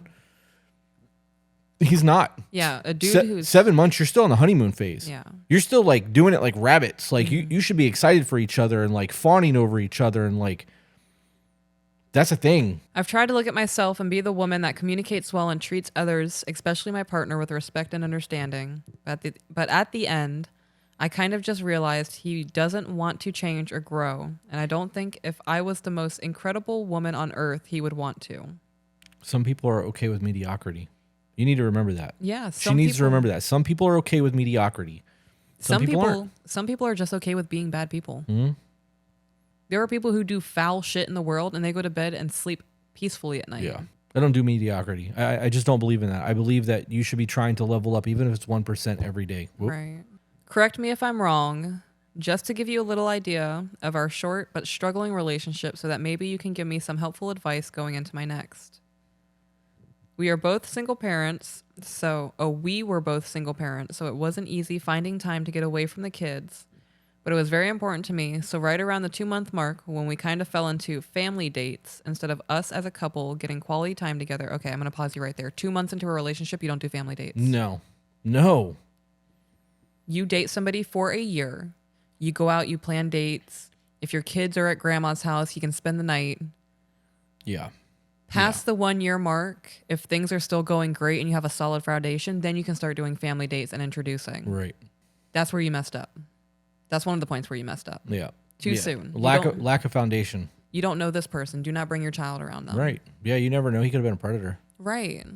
You got to be careful about who you bring around your kids. You really do. Even if there aren't a predator, you just brought somebody into their life that you've known for 2 months. Right. That could cause a bunch of turmoil, a bunch of trauma, and they're just going to leave as a regular Tuesday for you, and now your child's damaged for the rest of their life. Yeah. No, you have to be a lot more mindful in dating when it comes to having children. Right. But can you also, even without the kids involved, dating for a year before moving in together is not a big deal. No, a year is not a long time in It's the grand really scheme not. of your life. It's 1% when you really think about it. Right. So, assuming you live to 100, which is what I'm going for, bionic man over here. I want to have my brain to be transplanted into another body so I can live forever. I would still be with you. Yeah? Yeah. Be all bionic and shit. Yeah. like the Alita Battle Angel guys. I was just thinking that. Stop it. Get out of my head. Her body was so pretty, all the white. So 1 year is not a long time to date somebody. It's not. And if you can get the time to do 1 or 2 dates a week, just dinner. Yeah. Kids go to grandparents, whatever. Or neighbor, babysitter, however you want to play that out. You can learn a lot in 2 to 3 hours twice a week. For a year. Right. And say you go 7 months and you guys are just dating, staying the night every once in a while. The kids have not met each other. The other person has not met the kids. And then you want to have a play date. I was just thinking a play date. It's not a date. You guys aren't going to dinner. You guys are meeting at a playground so the kids can interact to see how they interact while you two sit on a bench. No kissing, no hugging. Right. No arms around each other, just sitting next to each other, having a conversation because now the kids are interacting. You get to see the way these two are going to interact. If one of them is bully, if they've got bad habits, how the other person parents their child. You were just speaking my thoughts. Because it's sense. Can't even call it common sense because common sense doesn't exist anymore. It is just sense. Yeah. Why wouldn't you want to do that? I understand like the lust and like the excitement of everything being new and wanting to date and fawn and touch. Because people are selfish. They want to fill the need of having somebody to love them. That's it. But they're not filling a need. They're giving themselves false hope and empty calories. Filling a need. You're not being satiated at all. You have a temporary situation that's going to lead to another temporary situation. That's going to lead to another temporary situation because you're not doing the work. Yep. You're not putting the effort in to truly get to know this person. And it's okay if it doesn't work. Right. It really is. And if you're not sleeping together and you start off as friends, you can have other friends and it be okay. And it not be a weird scenario where, you're seeing someone and then seeing someone else. If you treat it as a friend where you're getting to know this person and you're trying to learn who they are as a person, and you're doing the same thing with 4 other people, you're not crossing any lines, you're not cheating, you're not doing anything wrong. You're expanding your social group. Right. And in the event that you find one person that works and find 14 that don't, you didn't waste any time. You found the person that you need to be with and you can start making that work. I want to reiterate that selfishness. Like if you have children and you're jumping from relationship to relationship and you're moving all of these dudes in, and that's selfish. Yeah. Your child is part of this equation. Just like when you're in a relationship with somebody and your thoughts and your choices impact somebody else, your thoughts and your choices are impacting your child. Absolutely. Don't be selfish when it comes to your children. I mean, do in certain aspects, like be selfish with that baby time. Be selfish with any amount of time you have with your children. But don't be selfish when it comes to moving men into the home 2 or 3 months after meeting them. Right. Obviously, we're not saying that this happened in this scenario. Right. She could have known this dude for a long time. We don't know. Broad statement. Right. All right. So they started doing coupled family dates instead of us as a couple getting quality time together. I tried to express that we needed that alone time to bond and grow and connect without the kids. He agreed, and we both agreed that we would plan 2 dates a month each, so 1 a week. That's not enough. Oh, okay. So it'd be 4 dates a month. He picks 2, she picks 2. Okay. That's acceptable. The plan didn't even work the first month. I planned my dates and he waited until the last day and then invited me over for a movie. I tried to let him know I was disappointed that we didn't get the second date in, and he said he would do better next month. Was he an introvert? And it never happened. I don't know. No, I'm asking her that. Yeah. That's something to take into consideration because some people like to be at home. Yeah. I do. I love going out and doing shit with you, but we have to plan our outings while other people are at work to minimize crowds because of my PTSD. Right. So like, we know that, but if I didn't explain that to you when we first started getting together, you would have never known. We would have had a whole bunch of slew of issues and you would have had false expectations that I couldn't provide. Right. We do go out. Like we plan on going to musicals and we go to movies and we do things at nighttime too, but that takes a lot longer for me to plan because I have to mentally work myself up to doing that. That's a me thing. It's not a you problem. That's a me problem. And I know that. But like when we go take pictures, we go during the daytime while everyone's at work and there's like 10 people walking around the garden and 9 of them are employees. Like, well, we also go super early in the morning. There's times where we're leaving the house at 5:30 or 6 o'clock. Right. That drive time though. Yeah. But it's to be there right when they open at 8 or 9 o'clock in the morning. So we can walk around for 2 or 3 hours. 1, before it gets packed. Yep. And 2, before the heat starts getting there. Mm-hmm. So pretty much they would each plan a date a week. So she planned all of her dates for that month, and then he didn't plan any of them. Right. So when I planned the dates, he would always show up late. Oh, that's a problem. That is a problem. That's a huge problem. So I hate that. I hate that. I hate it when somebody's late to anything. Doesn't matter what it is. Yeah. You showing up not on time, as far as I'm concerned, if you're not 15 minutes early, you're late. Right. Because you never know what kind of traffic's going to happen. You may run out of gas. You could have a flat tire. Whatever the case may be, 15 minutes early should eliminate enough window that you're not super late to anything. If somebody shows up to late to a date or to a job interview, it shows an overall lack of discipline on their part, and it shows you that you don't matter to them. I would have been there waiting for them to show up. If they showed up late, I'd be like, all right, dope. So I'm heading out. You can get dinner by yourself. Yep. So you just wasted a time coming there. You made me wait. Now I'm going to make you waste your time. Yep. I'm going to wait for you to show up. You know Sorry, I'm 30 minutes late. All right, that's cool. Well, I've eaten. I'll see you later. Yep. You know how many people have gone out to eat with us that try to get there before us? And they're like, how long have you been here? 30 minutes. 30 minutes. You know, ever since high school, I have lived by if you're on time. I mean, if you're early, you're on time. If you're on time, you're late. And if you're late, they're already gone. Yeah. I expect better. I hold myself to a standard. And if I hold myself to a standard, you better believe I'm holding the people that are valuable to me and like worth my time to a standard. Right. And when you fail to meet that standard, I will remove you like cancer. You're gone. And it's not even it's not illogical. It's not even I can't think of the word. I'm just thinking stupid. It's not even stupid standards. They are very achievable standards that should be in place for anybody. Right. It's not like you're asking them to build a rocket ship to the moon. You're asking people to just be decent. Right. Be on time. Be courteous. He was even late to my birthday dinner when we had a reservation and his own son's birthday. When I talked to him about being late was a boundary. When I talked to him about how being late was a boundary for me and how it made me feel like I wasn't a priority, he turned it around saying he has ADHD and that I need to be more understanding because punctuality is challenging for him. If it was important to him, it wouldn't be. If it was important to him, it wouldn't be a problem. Right. If he had cancer and had to be at the hospital for a treatment, he'd be there. He would be there. Yeah. For his survival. Yeah, that's a bullshit excuse. I have zero tolerance for people making a mental illness an excuse for anything. Right. If you, like, extreme cases are different. Obviously, you can't even control your life in some cases. Right. I get that. But to just be like, oh, well, I have ADHD. Right. Fuck out of here with that. I have ADHD. You set alarms on your phone. Yeah. When I know I have to be somewhere, like if I have to start getting ready to leave the house on time to where I need to be, I'm setting an alarm for that time. Yeah. And I'm stopping what I am doing and I am getting ready. Mm-hmm. I do the same thing. Excuse. It doesn't sound to me like she's losing anything of value in any of this. So you're welcome. So really just see what he has done. Mm-hmm. View it's all lack of discipline. I'm not going to say he's a shitty human being. He could be a really great guy. He just lacks discipline and a lack of caring. Recognize that and don't settle for less. Right. He could be a great guy, just not a great guy for you. Right. Nothing wrong with that. You know, I'm going to hit you with a different thought because though that's valid, the dating before you move in together is the most exciting part of dating. Why do you say that? Because you get to miss the person. Do you remember that courting phase? The text messaging constantly?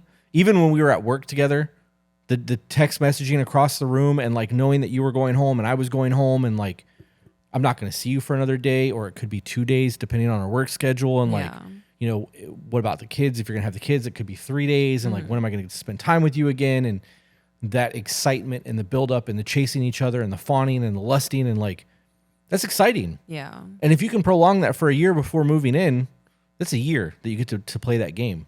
It's not a bad thing. I enjoy that shit. I enjoyed that a lot with you.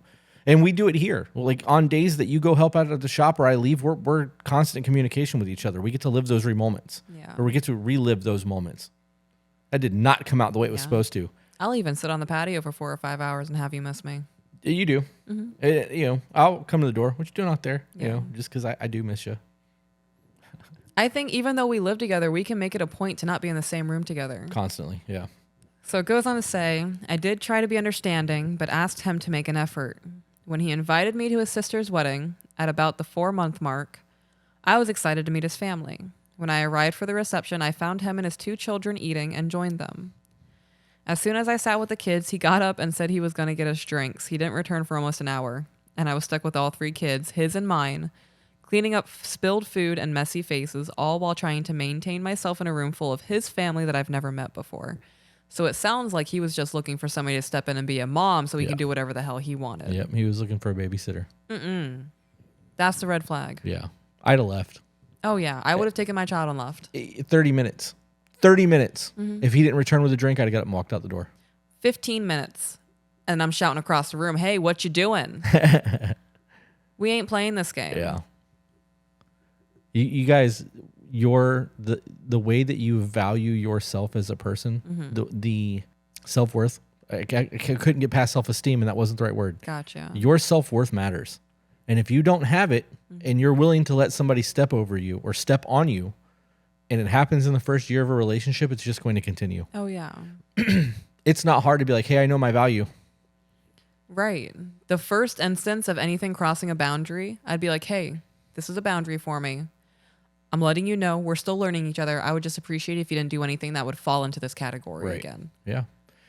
That would be the only warning. If the same thing or something similar happened again, I'm gone. Yeah. Happened. Speaking's hard. Yeah. It would be that one-time warning.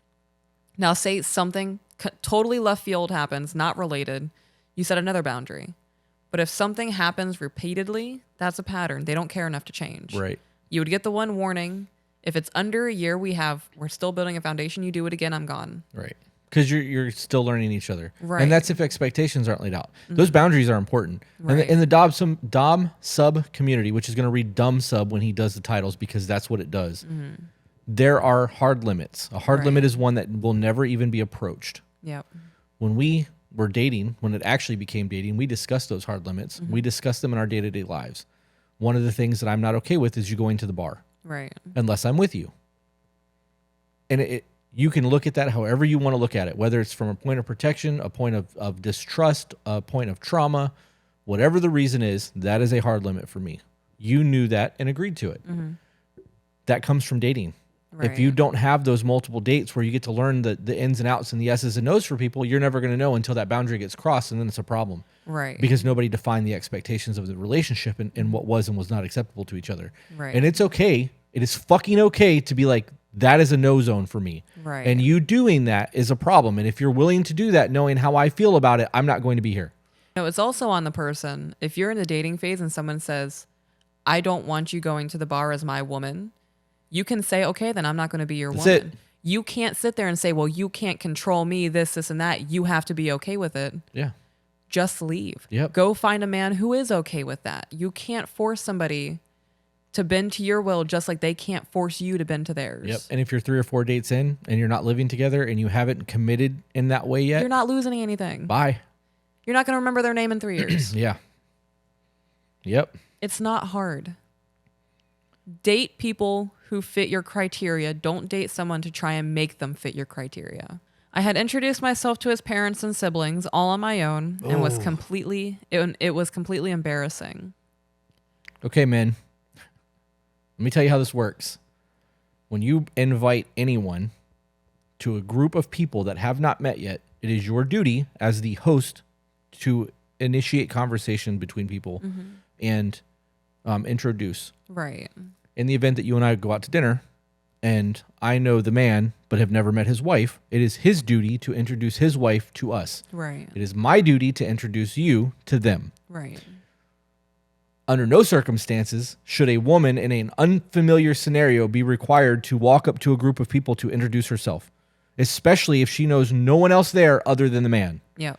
This is basic gentleman code. I don't understand how this is even a thing. Right. I would have left out that scenario. I've been like, hey, this is a standard for me. Right.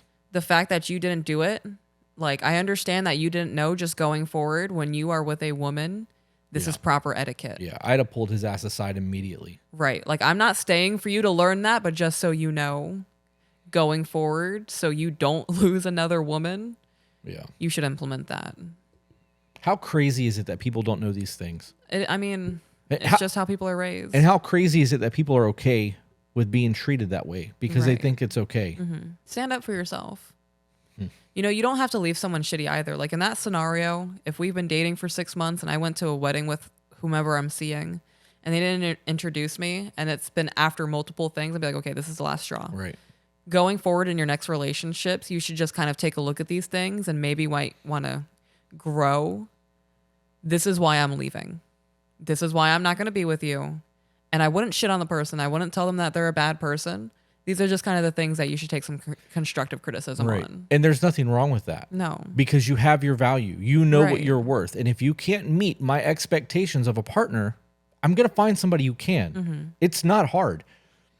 When you have two people that have value and know that they have value and know what they bring to the table, you're going to have a very different dynamic in the relationship. You're either going to have two people butting heads, because that will happen. You're going to get two people trying to be the alpha in the home. That's going to create problems. Or you're going to have one person recognize that the other person is the alpha and they're going to fucking work together. But knowing that you both have standards means that you can't drop the ball because the other person is looking at you to hold those standards. It's not hard. I know that there are a lot of things that you expect of me as your man. Right. And I know that if I fail to do these things over a prolonged period of time, I'm not going to be your man anymore because you know your value. Right. It's been explained. We've laid it all out on the table. We know these things. And whether that comes from courting or the dating process or just long, in-depth conversations because we genuinely enjoy talking to each other, we know these things. I don't know. That whole scenario just, it sounds like it was doomed from the get-go. Right. So after he came back, I let him know I was leaving and how embarrassed I was. I wouldn't have even. So he brought back the drinks after an hour and she dipped. Good. Right. Fucking Yeah. good. In the event that scenario happened, if you and I went anywhere together and you didn't know anyone other than me, you would be on my arm the entire time we were there. Not because you wanted to be, because I want you to be. I don't want you to be around people that you don't know and feeling uncomfortable. You know me. Right. I'm going to be the most comfortable environment in that entire gathering because you know me. Right. In the event that you were like, babe, I'm tired, I want to sit down. Cool, we are going to go sit down. You want something to eat? It's this kind of scenario. Sure, I'll go grab the plate. Just stay Right. here, whatever. But I'm going to introduce you to everyone at the party. I'm going to find the people that I think you're going to engage with the best and introduce them first in case you decide you want to get involved in a conversation. But I'm not leaving you alone in a scenario like that because you're there for me. Right. You're not there because you want to be there. You're there because I invited you. It's also the kind of thing where if, like, it's a group of your people and they know that you're bringing me for the first time, everybody is aware this is the first time I'm meeting everybody. Right. And you walk away from me, the dudes in that pot are going to be like, damn, he just left her alone. They're going to swarm. Yeah, absolutely. Because men are pieces of shit in situations like that, especially when they've been drinking. They're also going to be talking behind your back like, damn, he just walked away. I would have never done that to her. Yeah, that's it. Or they're going to come over and be like, oh, where'd he go? Yeah. I would have never done that to you. I think that's pretty wrong. And now the negativity bias is starting. Right. And then it could also be the kind of thing where another man jumps in and starts introducing me to everybody else. Yeah. I've actually seen that play out at parties. Yep. That whole scenario, and I mean what I said about men being pieces of shit in parties and groups like that, because as soon as they start drinking and the competition between men starts, things are not okay. Right. It's a pissing contest. It absolutely is, especially in young men. Yeah. Older men don't do it quite as much. A lot of older men are a lot more secure in themselves and they know their value. Like I said earlier, younger men have a whole lot to prove. There's also a lot of testosterone going on in younger men. Yeah. I don't think it's testosterone. I think it's a need to self-validate. Self-validate. Yeah. I don't know. Let's see who's the alpha in this conversation right now. Let's see who runs this room. They always do it amongst themselves though. I don't like that. They don't do it against the ones who are tried and tested because they fucking know better. Oh, yeah. Yeah. It's like, so you know how like there's that one big dick lion, the head of the pride. It's pecking order. Right. Only other lions who have a true confidence of being able to take down that guy are going to go after him. Yeah. The ones who just like want to like nip and bite and I'm the big one. They're going to fight amongst themselves like you're saying. So like those dudes that fight amongst themselves and try to take another dude's chick, be like, oh, I would never do that to you. It's kind of like, in my mind, I'm envisioning like derpy peacocks. Like, oh, look at me, but oh, look at me. You want to know what went through my mind? What? Could you imagine us being in a scenario like that where for some reason we weren't together because we knew other people there and that pecking order was there, and from across the room I looked at you and went like that, and you just fucking left all of those dudes standing there trying to talk to you, and I'd be like, to the guys. That scenario would absolutely play out that way. I would love it too. We've done it. We have done it, at mini golf. You haven't snapped at me. We No. do have a hand signal for Right. If it's too loud or you can't hear the snap. Right. So You were in an opposite part of the bar outside was in with a the girls. conversation, I know you yeah. were. I waited until you saw me and I was like, I'm gonna fucking disrupt this whole shit. I looked and I up- did. And you came and I was like, yes. we were getting our drinks and we were standing there and I was having a conversation with two ladies. I was having fun. And I looked up and we made eye contact and you did the thing. And I was like, excuse me. And I grabbed my drink and I just walked away. Mid conversation. Mid conversation, yeah. Yep. I can't remember if I was mid sentence or not, but I love that. mid conversation, I was like, oh, excuse me. Grabbed my drink and I was gone. I know women judge me for that, but it makes me feel good. It makes me feel good too. And they can judge all they want because Right. you have a signal too that would make me stop what the fuck I'm doing to Yeah. come over there. There's a reason for those things. Sometimes you just like showing off though. Absolutely. Absolutely. Dude, I love bragging. Yeah. I told you in episode 10 about my ego and the way that we work. Oh yeah. You don't need validation from your partner, but it's nice to have. Right. And the amount of people that we have email us that do not get validation from their partners and do not have a connection, that see what we have, want what we have. Yeah. Knowing that other people see what we have and want what we have makes me want to show that shit off. Yeah. I'm not ashamed of that at all. And when people are like, oh, that's toxic, or oh, you must be weak-minded, or oh, blah, blah, blah. Yeah, you can call it whatever the fuck you want, bro. I got that. You don't. Yeah. And it makes me feel good. And it's all consensual. There's no power and difference. I like to think I have more power than you in this relationship sometimes. I would say that 99% of the time you do. Yeah. There's Would nothing you look wrong at with that. There's nothing wrong with that. Right, but that just plays against every narrative that hardcore feminists want to throw at us, or what's the term? This is really offensive and I can't say it. You might have to cut it, but the only thing I can think of for males who fight each other that aren't alphas is bootlickers. That's staying in. That's all I can think of. Yeah, that's so funny. So the men who want to jump on here and bash me for appearance or whatever, like try to take me down because you can't attack me intelligently. So you have to go after my appearance and say, well, I would never have sex with you. Good. I'd probably never have sex with you either. Every one of those men Yeah. who hear what we have and say, I would never want that. Oh, yeah. You're full of shit, bro. Right. You're just saying you would never Yeah. want this Because because you you know can't it's have it. unobtainable Yeah. for you, because you don't want to push yourself and grow and be a better Right. person to have this. So it makes you feel more secure in yourself, trying to convince yourself that you would never want this. Yep. It's just not feasible for you with your current mindset. We should continue with that email before we We're reading an email. turn off this podcast. Okay. Was that too much? Was I too much just now? What? Let's just continue reading because we have food on the way. We're in the middle of a podcast. Okay. I'm insecure in what I just said. No, now. you don't be. Okay. Don't be. Oh. Oh, you mean it like that. I love that. Oh, Thank you. man. All right. So, That's such a power play in my What? mind. That whole scenario that happened that night that we were at the bar and all that went down. yeah. It's one thing for somebody to know that you're committed to somebody. Yeah. It's another to see you walk away from an entire group of people that you were engaged with just to go be next to your person. yeah. No one else in the world matters. Yeah. No one. When it comes down to it, this is that true ride or die that people fucking talk about and rap about and make movies about. Right. And instead of bragging about it, which we're doing right now, I'm Yeah. fully bragging right now. We don't normally do that. No, we don't. But we can show people at any given moment exactly how much we mean to each other and how if it came down to it, I would burn this entire fucking building down. Oh, man. All right. I'm probably cutting a lot of that out. I understand. After he came back, I let him know I was leaving and how embarrassed I was. Later, he apologized and said that it was his sister's day and he had to be her support. And since he was part of the wedding party, he had a lot of wedding obligations. Then he shouldn't have invited you. Right. Like, if I can't give you my attention while you're present, bro, you said you were leaving for drinks. Yeah. I'm not even going into my other thought. You said you were leaving for drinks. That's not a wedding obligation. I arrived. You said, hang on, babe, let me get you a drink, and disappeared for an hour. Right.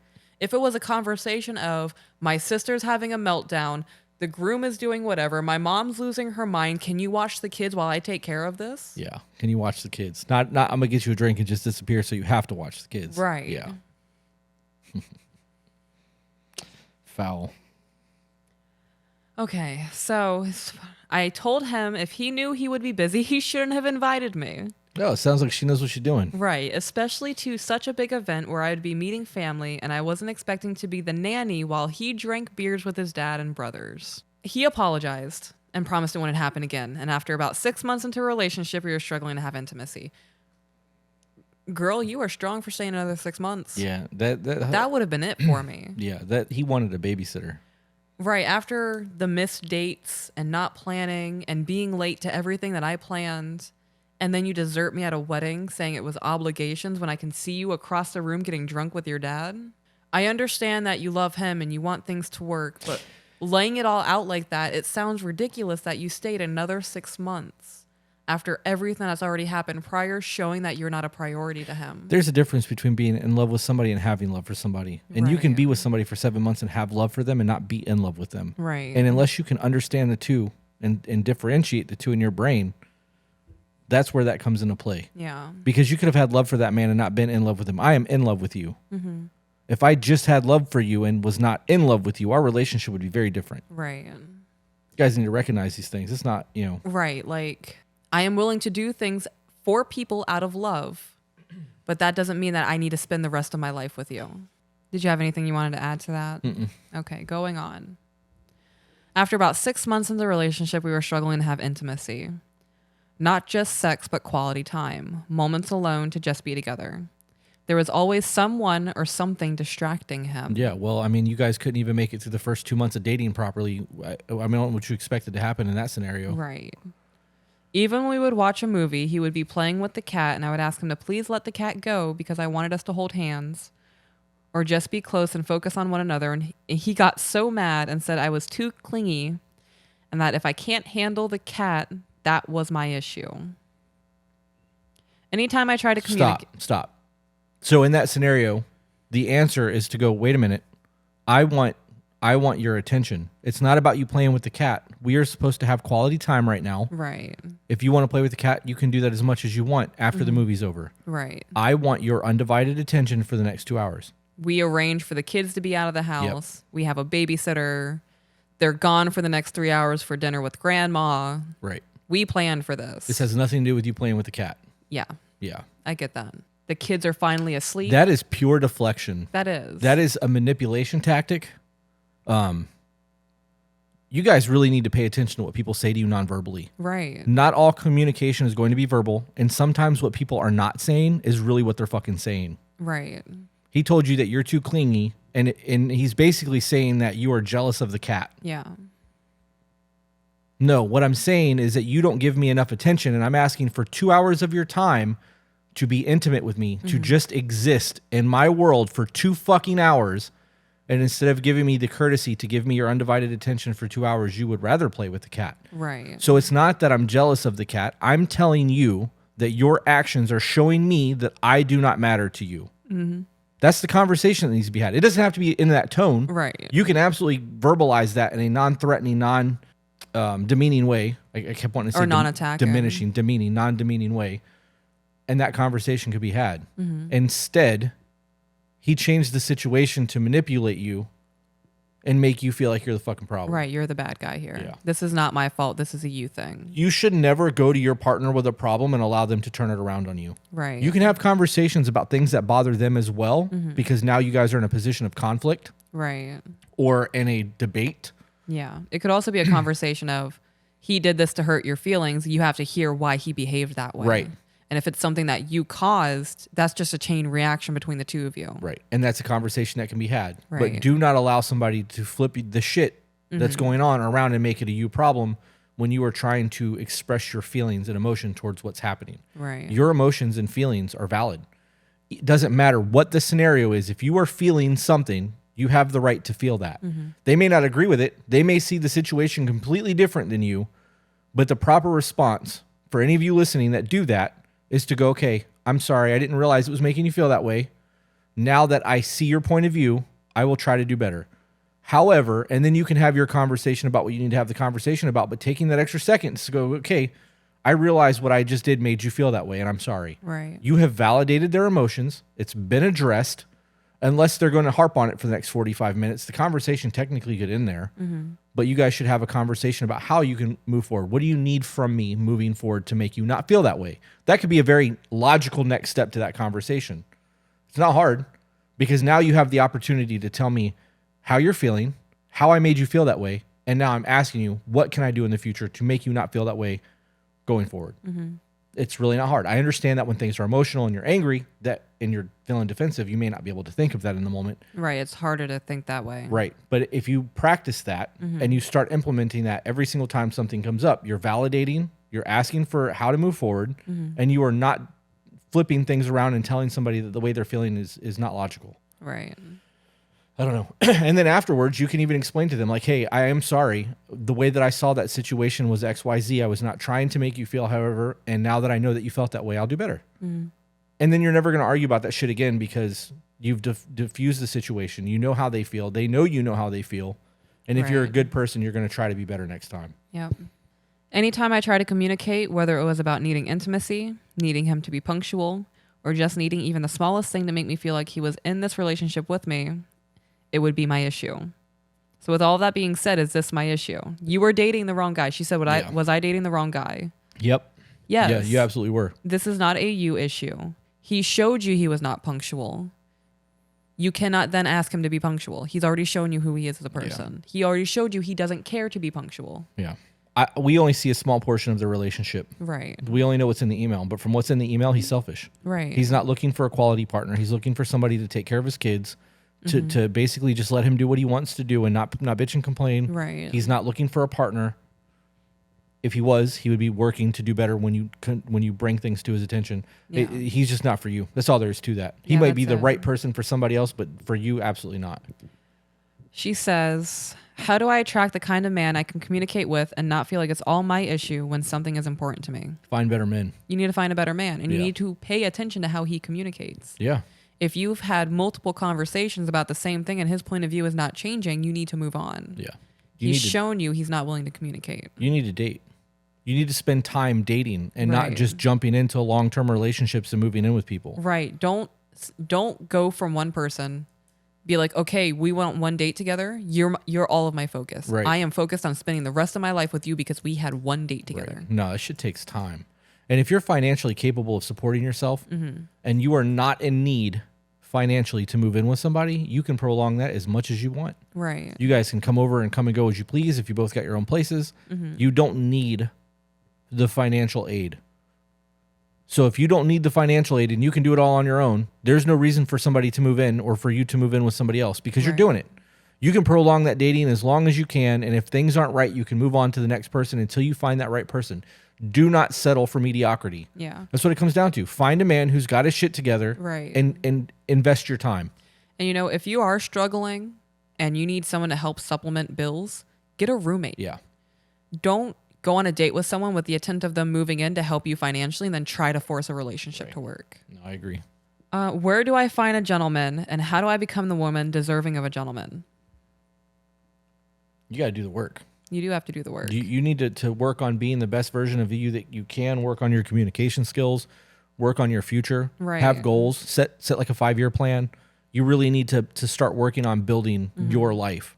And part of that is setting boundaries and recognizing what is unacceptable to you and not letting people cross those boundaries. Yeah. You were with this man for 7 months and he showed you repeatedly that he did not care about you or prioritize you in anything. So, and here's an easy exercise for all of you listening that are single or that are possibly going to be single. You need to get a notebook and you need to write down all of your hard limits, things that you will absolutely, unequivocally not accept in a relationship. Write it down. Think about it. Like, truly think about it. That list shouldn't be 1 or 2 things. It should be like 15 to 20. Yeah. And then as you start dating people and you have conversations and you find things that you're not okay with, add that shit to the list. But memorize that. It's no different than having core values. You figure out what matters to you, what you're not willing to accept from a partner, and then when you start dating people, you can even tell them, if you've got that list memorized, like you can drop these bombs during a date and be like, these are things that are hard limits for me that I'm not okay with. And if you can't meet these expectations, You can just tell me now and we can part ways. Right. It's not even a shitty thing. Right. You don't even have to be aggressive about it. Say, like, Right. look, if these don't line up with what you want, tell me. Yeah. So we don't waste each other's time. And you can even start that conversation with like, what are your hard limits? What are your goals and what are your hard limits? What are things that you will not accept from a partner on your behalf? Yeah. Let them go first. You may find that you have a whole lot of things together on that list and you could be like, me too. You know, Me too. Oh, that's a good one. Didn't think about that. Let me add it to the list. That would even be a more passive way to approach that conversation. Yeah. Because if you sit down with someone and just start hitting them with your hard limits, they're going to be thrown off. Yeah.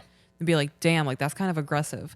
Even if you're not meaning it in an aggressive way, because you are sitting down and setting your boundaries and it's unexpected to them, they could make them off kilter a little bit. Right. If you sit down and said, what are your hard limits? What are things that are disrespectful in your eyes? Yeah. Not only will they be more apt to open up, like you said, you could be crossing off things that already answer your question. So that's not Right. even going to be a point of conflict. Yep. And you may find that there are things that you vehemently disagree with. Mm-hmm. You know, if we had that discussion about the bar, for example, on our first date and you were a bar goer, Right. we would have never made it past the first date because I'm not going to ask you to not go to the bar. You can do whatever the fuck you want to do. You're just not going to do it with me Right. because I know my value. I have self-worth. I have hard limits and I'm not going to be with somebody that's not willing to respect those boundaries. I did go to the bar when you and I first were Right. talking. Before we had that discussion. Though. Right. But I want to point that out. I would go to the bar with people from the shop. Mm-hmm. It would be like a shop outing. Right. It's not like I was going to meet people. I was going to hang out with people. Right. It was a social thing for me, but I was staying out until 2 or 3 o'clock in the morning. And it wasn't like an every Friday or Saturday night thing. I think I did it 2 or 3 times in like a 6-month time span. Yeah. And it got to the point to where you and I were getting pretty serious. And that's when you hit me with, this makes me uncomfortable. If we're going to continue doing this, I need you to consider my feelings in this. Right. And that was the conversation. It wasn't, you need to stop going, we're not dating anymore.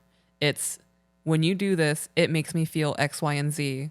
Please take my feelings in consideration. Right. Because had you not taken my feelings in consideration and been like, I don't care, I'm going to go anyways. Right. You've shown me my feelings don't matter in that scenario. And that's something that it's an absolute no for me. Mm-hmm. That's just the way it is. And if the roles were reversed and I was a drinker and you were like, I am not okay with this, I would have a decision to make. Right. I either want to have my relationship or I want to go to the bar. Mm-hmm. If I can't do both, I have to choose one. And if I chose the bar and you chose to walk away, that's your Right. prerogative. You have every right to do that. It's also, if you choose to pick your relationship over going to the bar, you then can't get mad at that person for setting that boundary. Right. Because you accepted that boundary and made the choice to stop going. So if you truly don't want to stop going to the bar and drinking, that needs to be made known. Right. Because in 3 to 5 years, when all of a sudden you have all of this resentment built up because you're not allowed to do what you've always wanted to do, it's a choice that you made. Yep. These conversations are taboo. That whole dynamic between you and I, me telling you that I don't want my woman going to a bar, Right. is toxic masculinity. Mm-hmm. It's me controlling you. I've never once said you can't. Right. I'm telling you that you can do whatever you want. I'm just not going to be with you if that's what you choose to do. Right. Essentially, that's what I'm saying. I didn't word it that way, but that was what I was saying in the moment. Mm-hmm. You've had similar situations. I'm not posting thirst traps. Mm-hmm. I'm not trying to get attention on the internet. I'm not liking thirst traps. I'm not fucking on girls' pages. And I've never asked you to not do that. Right, because it's respectful. Yeah. I know that if I was doing that and I was giving women attention on the internet, you'd be like, well, why aren't you giving me attention? Yeah. I don't want that attention to go somewhere else. That attention needs to go where it needs to go to make sure that this is taken care of and everyone is happy. Right. So I made a decision to do that. You didn't have to ask me. But if in the event that you were like, hey, I really have a problem with the way that you're acting on Instagram, I would delete my Instagram. Right. Well, I would delete my personal one. Obviously, the business ones would have to exist, but I would not interact on Instagram at that point. Right. We have okay, perfect example is our Instagram, Sinful Images. Our Instagram is our Instagram. We both have access to it. Right. It's a shared account. Not because one of us did something wrong. It's not like a Chris and Chris. It is a shared photography account to share our shit. I am not engaging with anyone on a personal level, period. Which is why I like TikTok so much, because unless you follow somebody back, they can't interact with you. Right. I had somebody message me on TikTok and I responded and you were like, I'm not comfortable with that. I'm like, cool, done. That's it. It's the end of it. I got to the point where I even stopped reacting or speaking to them in comment sections out of respect. If somebody messages me on TikTok with the way that they've changed the algorithm or I follow them, I tell them to email us. Yeah. You can email us at tobebetterco @gmail.com. Not me, us. Right. I make it very clear that you're going to see everything that comes through that email because I'm not getting caught in that trap. Yeah. You got nothing to say to me. You're going to come in here and be like, hey, you're hot. And be like, babe, come get this. Yeah. Nope, no, bitch. You are not trapping me in that. No. Yeah, I don't do that either. There was a point where TikTok added a new feature where anybody can message Right. you. I turned that shit off immediately. Right. I didn't turn it off immediately, and I was confused. Like, why the hell do I have all these direct messages? Right. And a lot of it was from dudes. And I was like, no, we're not playing this game. Yep. I turned all of that shit off. I deleted everything. I am not going to be in a situation, even if it was someone we both followed on TikTok, we are not having a private conversation. Right. I am not going to be put in a position to be like, oh, damn, well, your woman messages me. Yeah. We could be having the most polite conversation. It could have just been like, hey, I like what you guys did with the podcast room. Dope, Yep. man. Thanks. Yeah. You can do that in the comments, though. You don't need to message me Right. for that. There's no reason for you to message me for that. You can say Yeah. that in the comments of the video publicly where everyone can see your intentions. Yeah. You know, I've had men in the comments saying, I wish I could direct message you, but I know you don't follow me. Yeah. I'm yeah, like- there's a reason for that. I was like, you can email us to bebetterco@gmail.com. Never hear from them Right. again. Because they had nefarious intentions. Right. Intentions. Right. Yeah. That's foul. Yeah. We're And not you- playing that game. Yeah, me either. And you know, I said this before and people are like, that's weakness. It's not weakness. This is not weak. I am No. not going to put myself in a position to deal with temptation or any type of integrity loss or any kind of issues that could harm my integrity. I know I It's said not- integrity a couple times, but that's the only way I can think Right. to word that. It's not even temptation. I don't ever believe that you're going to be in a position ever where you're going to look at another woman with lust. No, I got what I need. Right. So it's not even temptations. It's people talk. Right. People will lie to break down somebody else's character. Yeah. So say you go to the bar with two of your buddies and you're just drinking, watching a game. You're well known in our town. Oh yeah. Someone could be like, hey, he's down at the bar with X, Y, and Z. And then it's going to be telephone. Yeah. And then all of a sudden it's back to me. I saw your man at the bar. Yeah. And he's with X, Y, and Z, and this girl came over. Or so-and-so told me that they saw your man at this bar with X, Y, and Z. You should check your man. Yeah. No, we ain't doing that. Why put yourself in a position Right. to where you could be framed to do something that you're not? Right. And other people's intentions don't affect my integrity. Right. If somebody is into me, if somebody thinks that I'm the hot shit and they want to try to engage with me, their integrity knowing that I'm with you is Right. compromised, not mine. My response to that scenario is what's going to compromise my integrity. Right. And in a bar scenario where I know that people are drinking and I'm well known, if somebody did that shit, like, Right. babe, somebody just approached me at the bar. I'm on my way home, be there in 10 minutes. Yep. I'm good. Yeah. I'm covering all bases. Yeah. I'm not leaving with them. I'm not engaging with them in a conversation. I will politely thank you for your time. It was good seeing you. Have a great night. Yeah. I'm going home to my wife. Yeah. I'm leaving. Yeah. It's the same thing on the internet too. Right. Like we don't have random people adding us on Facebook and starting up conversations. Yeah. There has never been an instance where I'm like, oh, who's Becky? Right. Oh, well, she ended me on Facebook 3 months ago and we're friends now. That's not how that Nope. works. No. No. We don't have random messages on Instagram from people who like our photos. There's no opposite sex new friendships forming on the internet. Right. Unacceptable. New friendships. New friendships. Yep. There are people you've been friends with since you were a child. Mm-hmm. I am in no position to be like, you can't talk to her anymore. Right. But every one of those women know about you, and every one of those women are like, I can't wait to meet her. Right. And I've told you that. My friend April from California flat out was like, she seems like a fun, badass chick. She's like, I cannot wait to meet her. Right. And you know, I'm stoked to meet friends in your life. Right. I don't care if they're male or female. I know your quality of character. Right. The people that you have in your life, I know are good people because you don't settle for less. But I also don't have those conversations and then 5 weeks later be like, oh, by the way, I have those conversations immediately and come home and be like, oh, I'm talking to my friend April in California and Yeah. she said blah, blah, blah. I'm not hiding shit. Right. I'm not. Yeah. I don't want to have any seeds of doubt sown, which is why we don't do the divorce game, which is why we Right. don't threaten to leave each other, which is why when tensions get high, one of us is okay with walking out of the room for a minute and regaining our composure and coming and sitting back down. Yep. These things are healthy. Yeah. And feeling the way that you feel is necessary. Your emotions are set to guide you. If something's not right, and That's your your body emotions are going, saying- hey, this isn't right, Pay attention. you fucking listen to it. I don't know.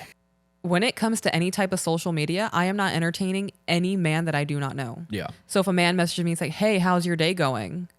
You're either never getting read or you're getting deleted. Yeah. I have a private Instagram that's separate outside of the sinful images. And that is an Instagram related to piercing, Right. weightlifting, some photography, whatever. If you are not messaging me in regards to pricing for piercing or interested in a tattoo, I'm not reading your message. Right. Same.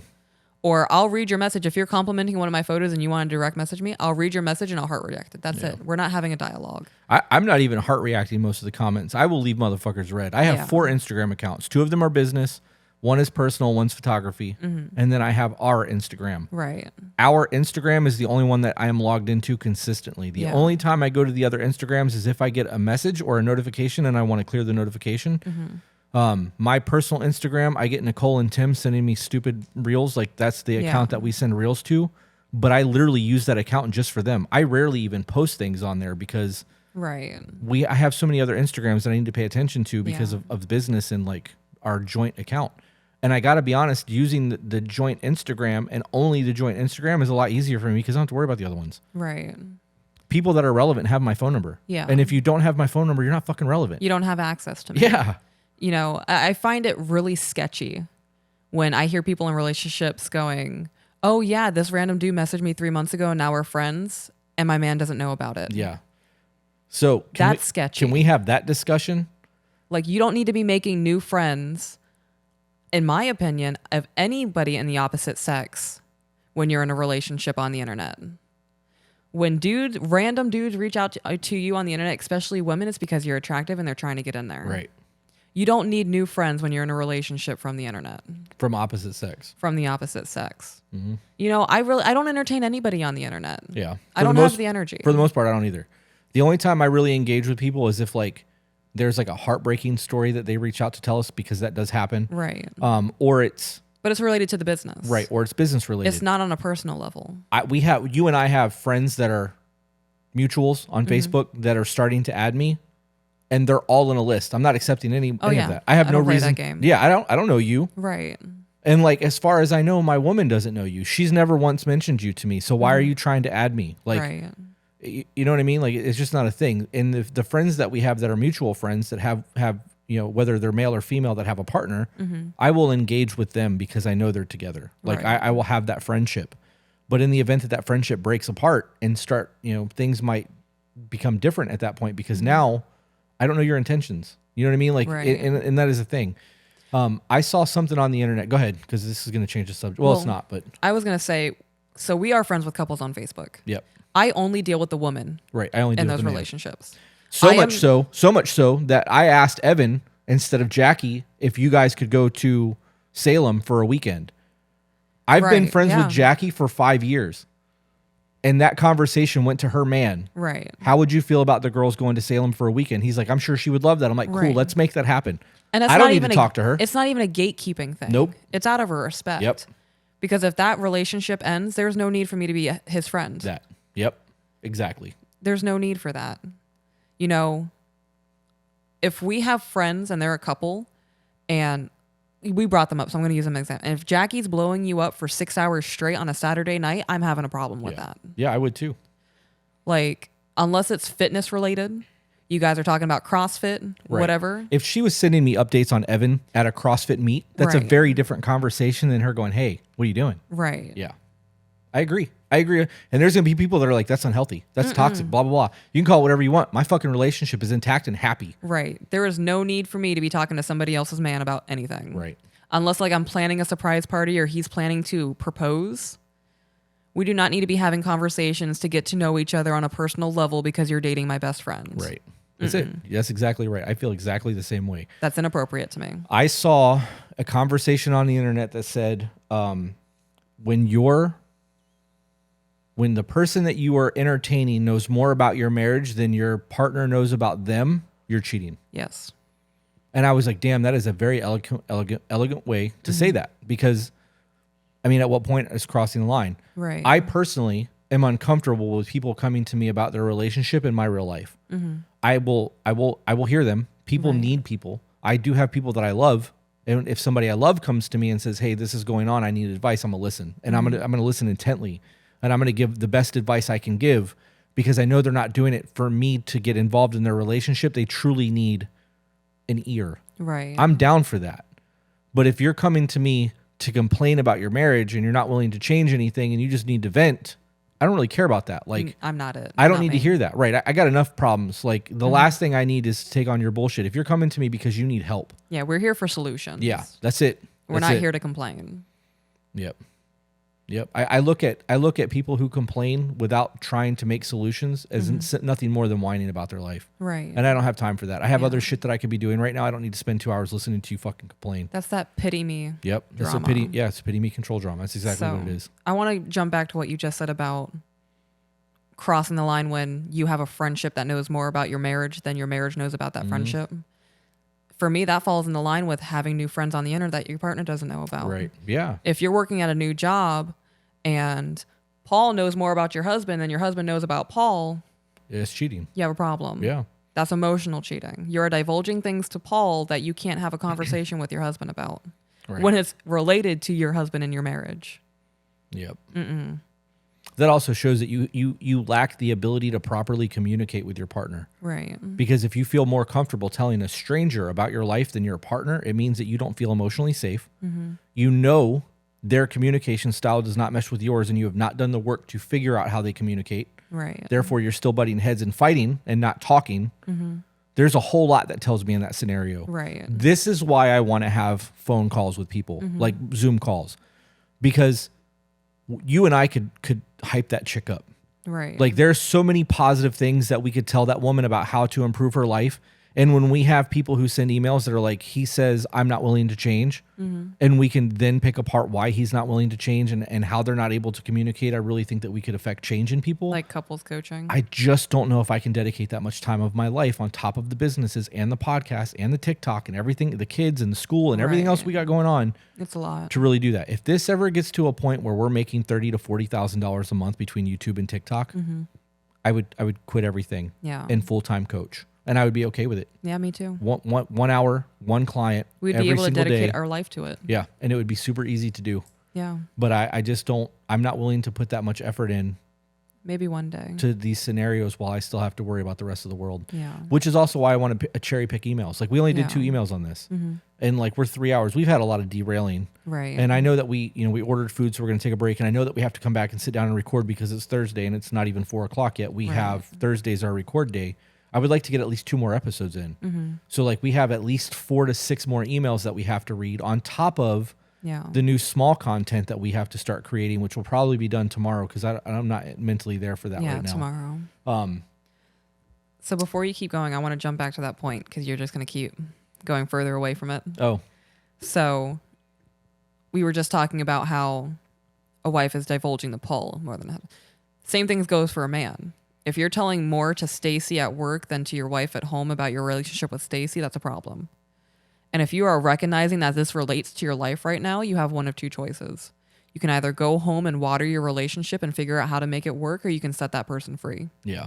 Because at this point, you are prioritizing a friendship over your marriage when it comes to the issues in your marriage. I wanted to say that. Yeah, I agree.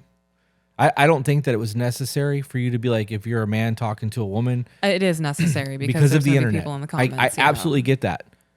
I personally don't think that's necessary. I don't agree. I mean, I agree. Because if you have to go, well, what about them? You've already lost the argument. Right. You are deflecting the entire situation instead of going, okay, this applies to both men and women, Right. and you are not intellectually on the level. Yeah. I'm not willing to engage with you. Right. Moving forward, I'm not. Like, Yeah. I'm just not. If you ask me a question that if I say the scenario with a woman and a man and you go, well, what if it's a man and a woman? And the answer is yes, you're answering your own question. Right. Hmm? That is logic. If one thing can apply to a single person, it can apply to everybody. Yep. And of course, there are external factors like disabilities and whatnot, but that falls into the same category. Yep. Yep. Is the food here yet? Nope. It has not even been picked up yet. I'm disgusted. Oh, it's just been picked. Oh, no, it's approaching. Oh, thank God I have to eat. So with that being said, we'll catch you guys on the next one. Bye, guys. For those of you who enjoy our content and would like to support us and help grow the channel, the easiest way to do that is a super chat here on YouTube. For those of you who really, really like the content and would like to see more of it, check out our Patreon group. It gets exclusive content that will never be seen here on YouTube, early release stuff for those of you who are just as impatient as I am, as well as live streams with a live chat every Friday night. If you can't afford to do either one of those or you're just not into that, the next best thing that you can do is share this with people who you feel may vibe with it. No matter how you decide to support us, it's super dope and we thank you.